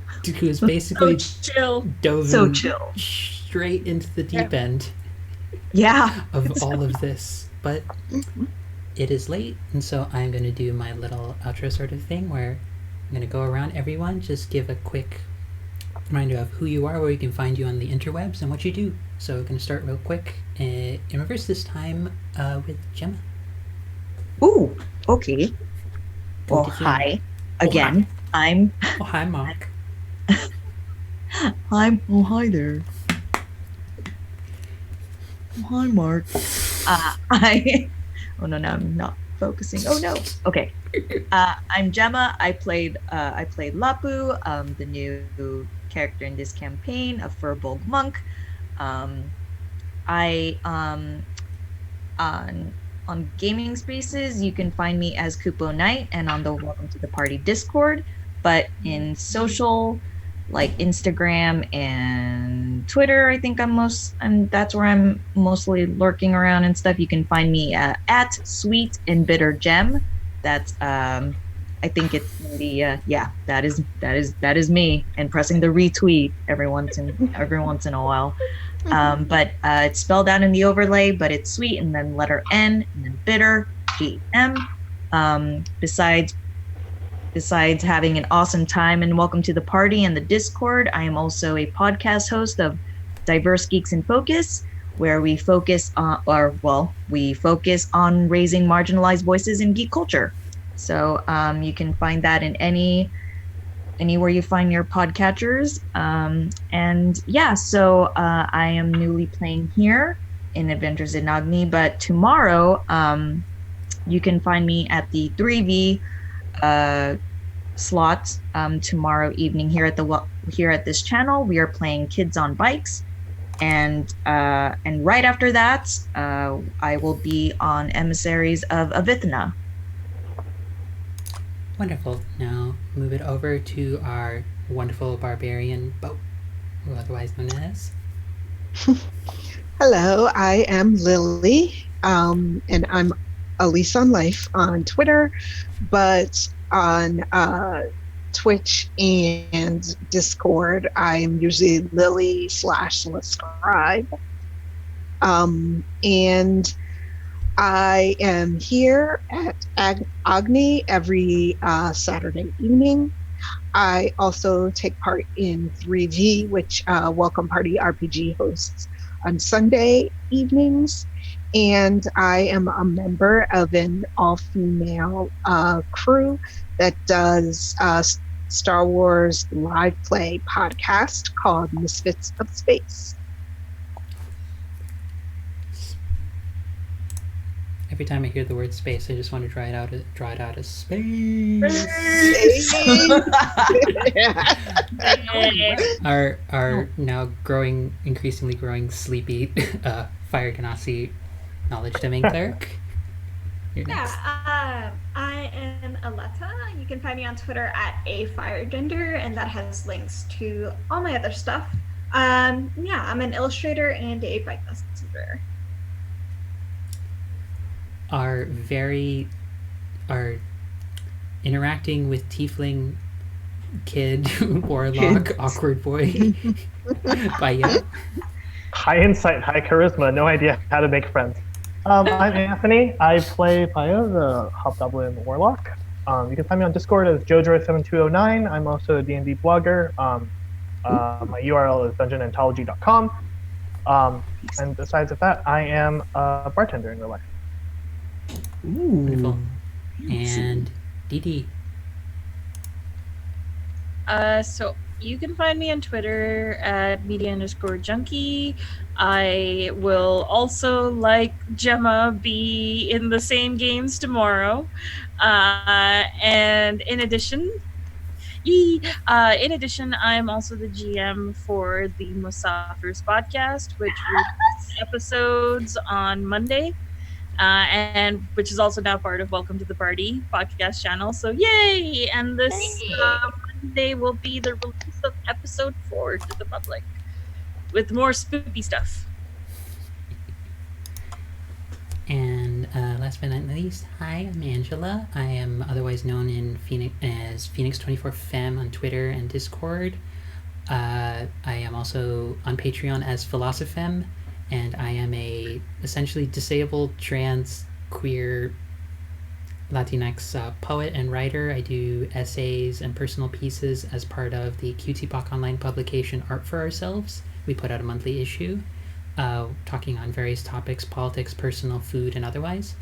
And I am also one half of the Queerly Yours podcast, a relationship-style podcast where my partner and I, as a polyamorous, both trans couple and an interracial couple, discuss a lot of different things relationship related. And I'm here on Saturdays running this, and tomorrow I will also be in a game with our delightful Miriam and Lapu, and Gemma, as a player, it's so rare that I get to actually do this because I DM 3 campaigns. What have I done to myself? It'll be great. It's Yeah. gonna be great. It's gonna be great. And Morgan's gonna be GMing us. Yes, Serena Besos is going to be our GM for that game. So An awesome GM.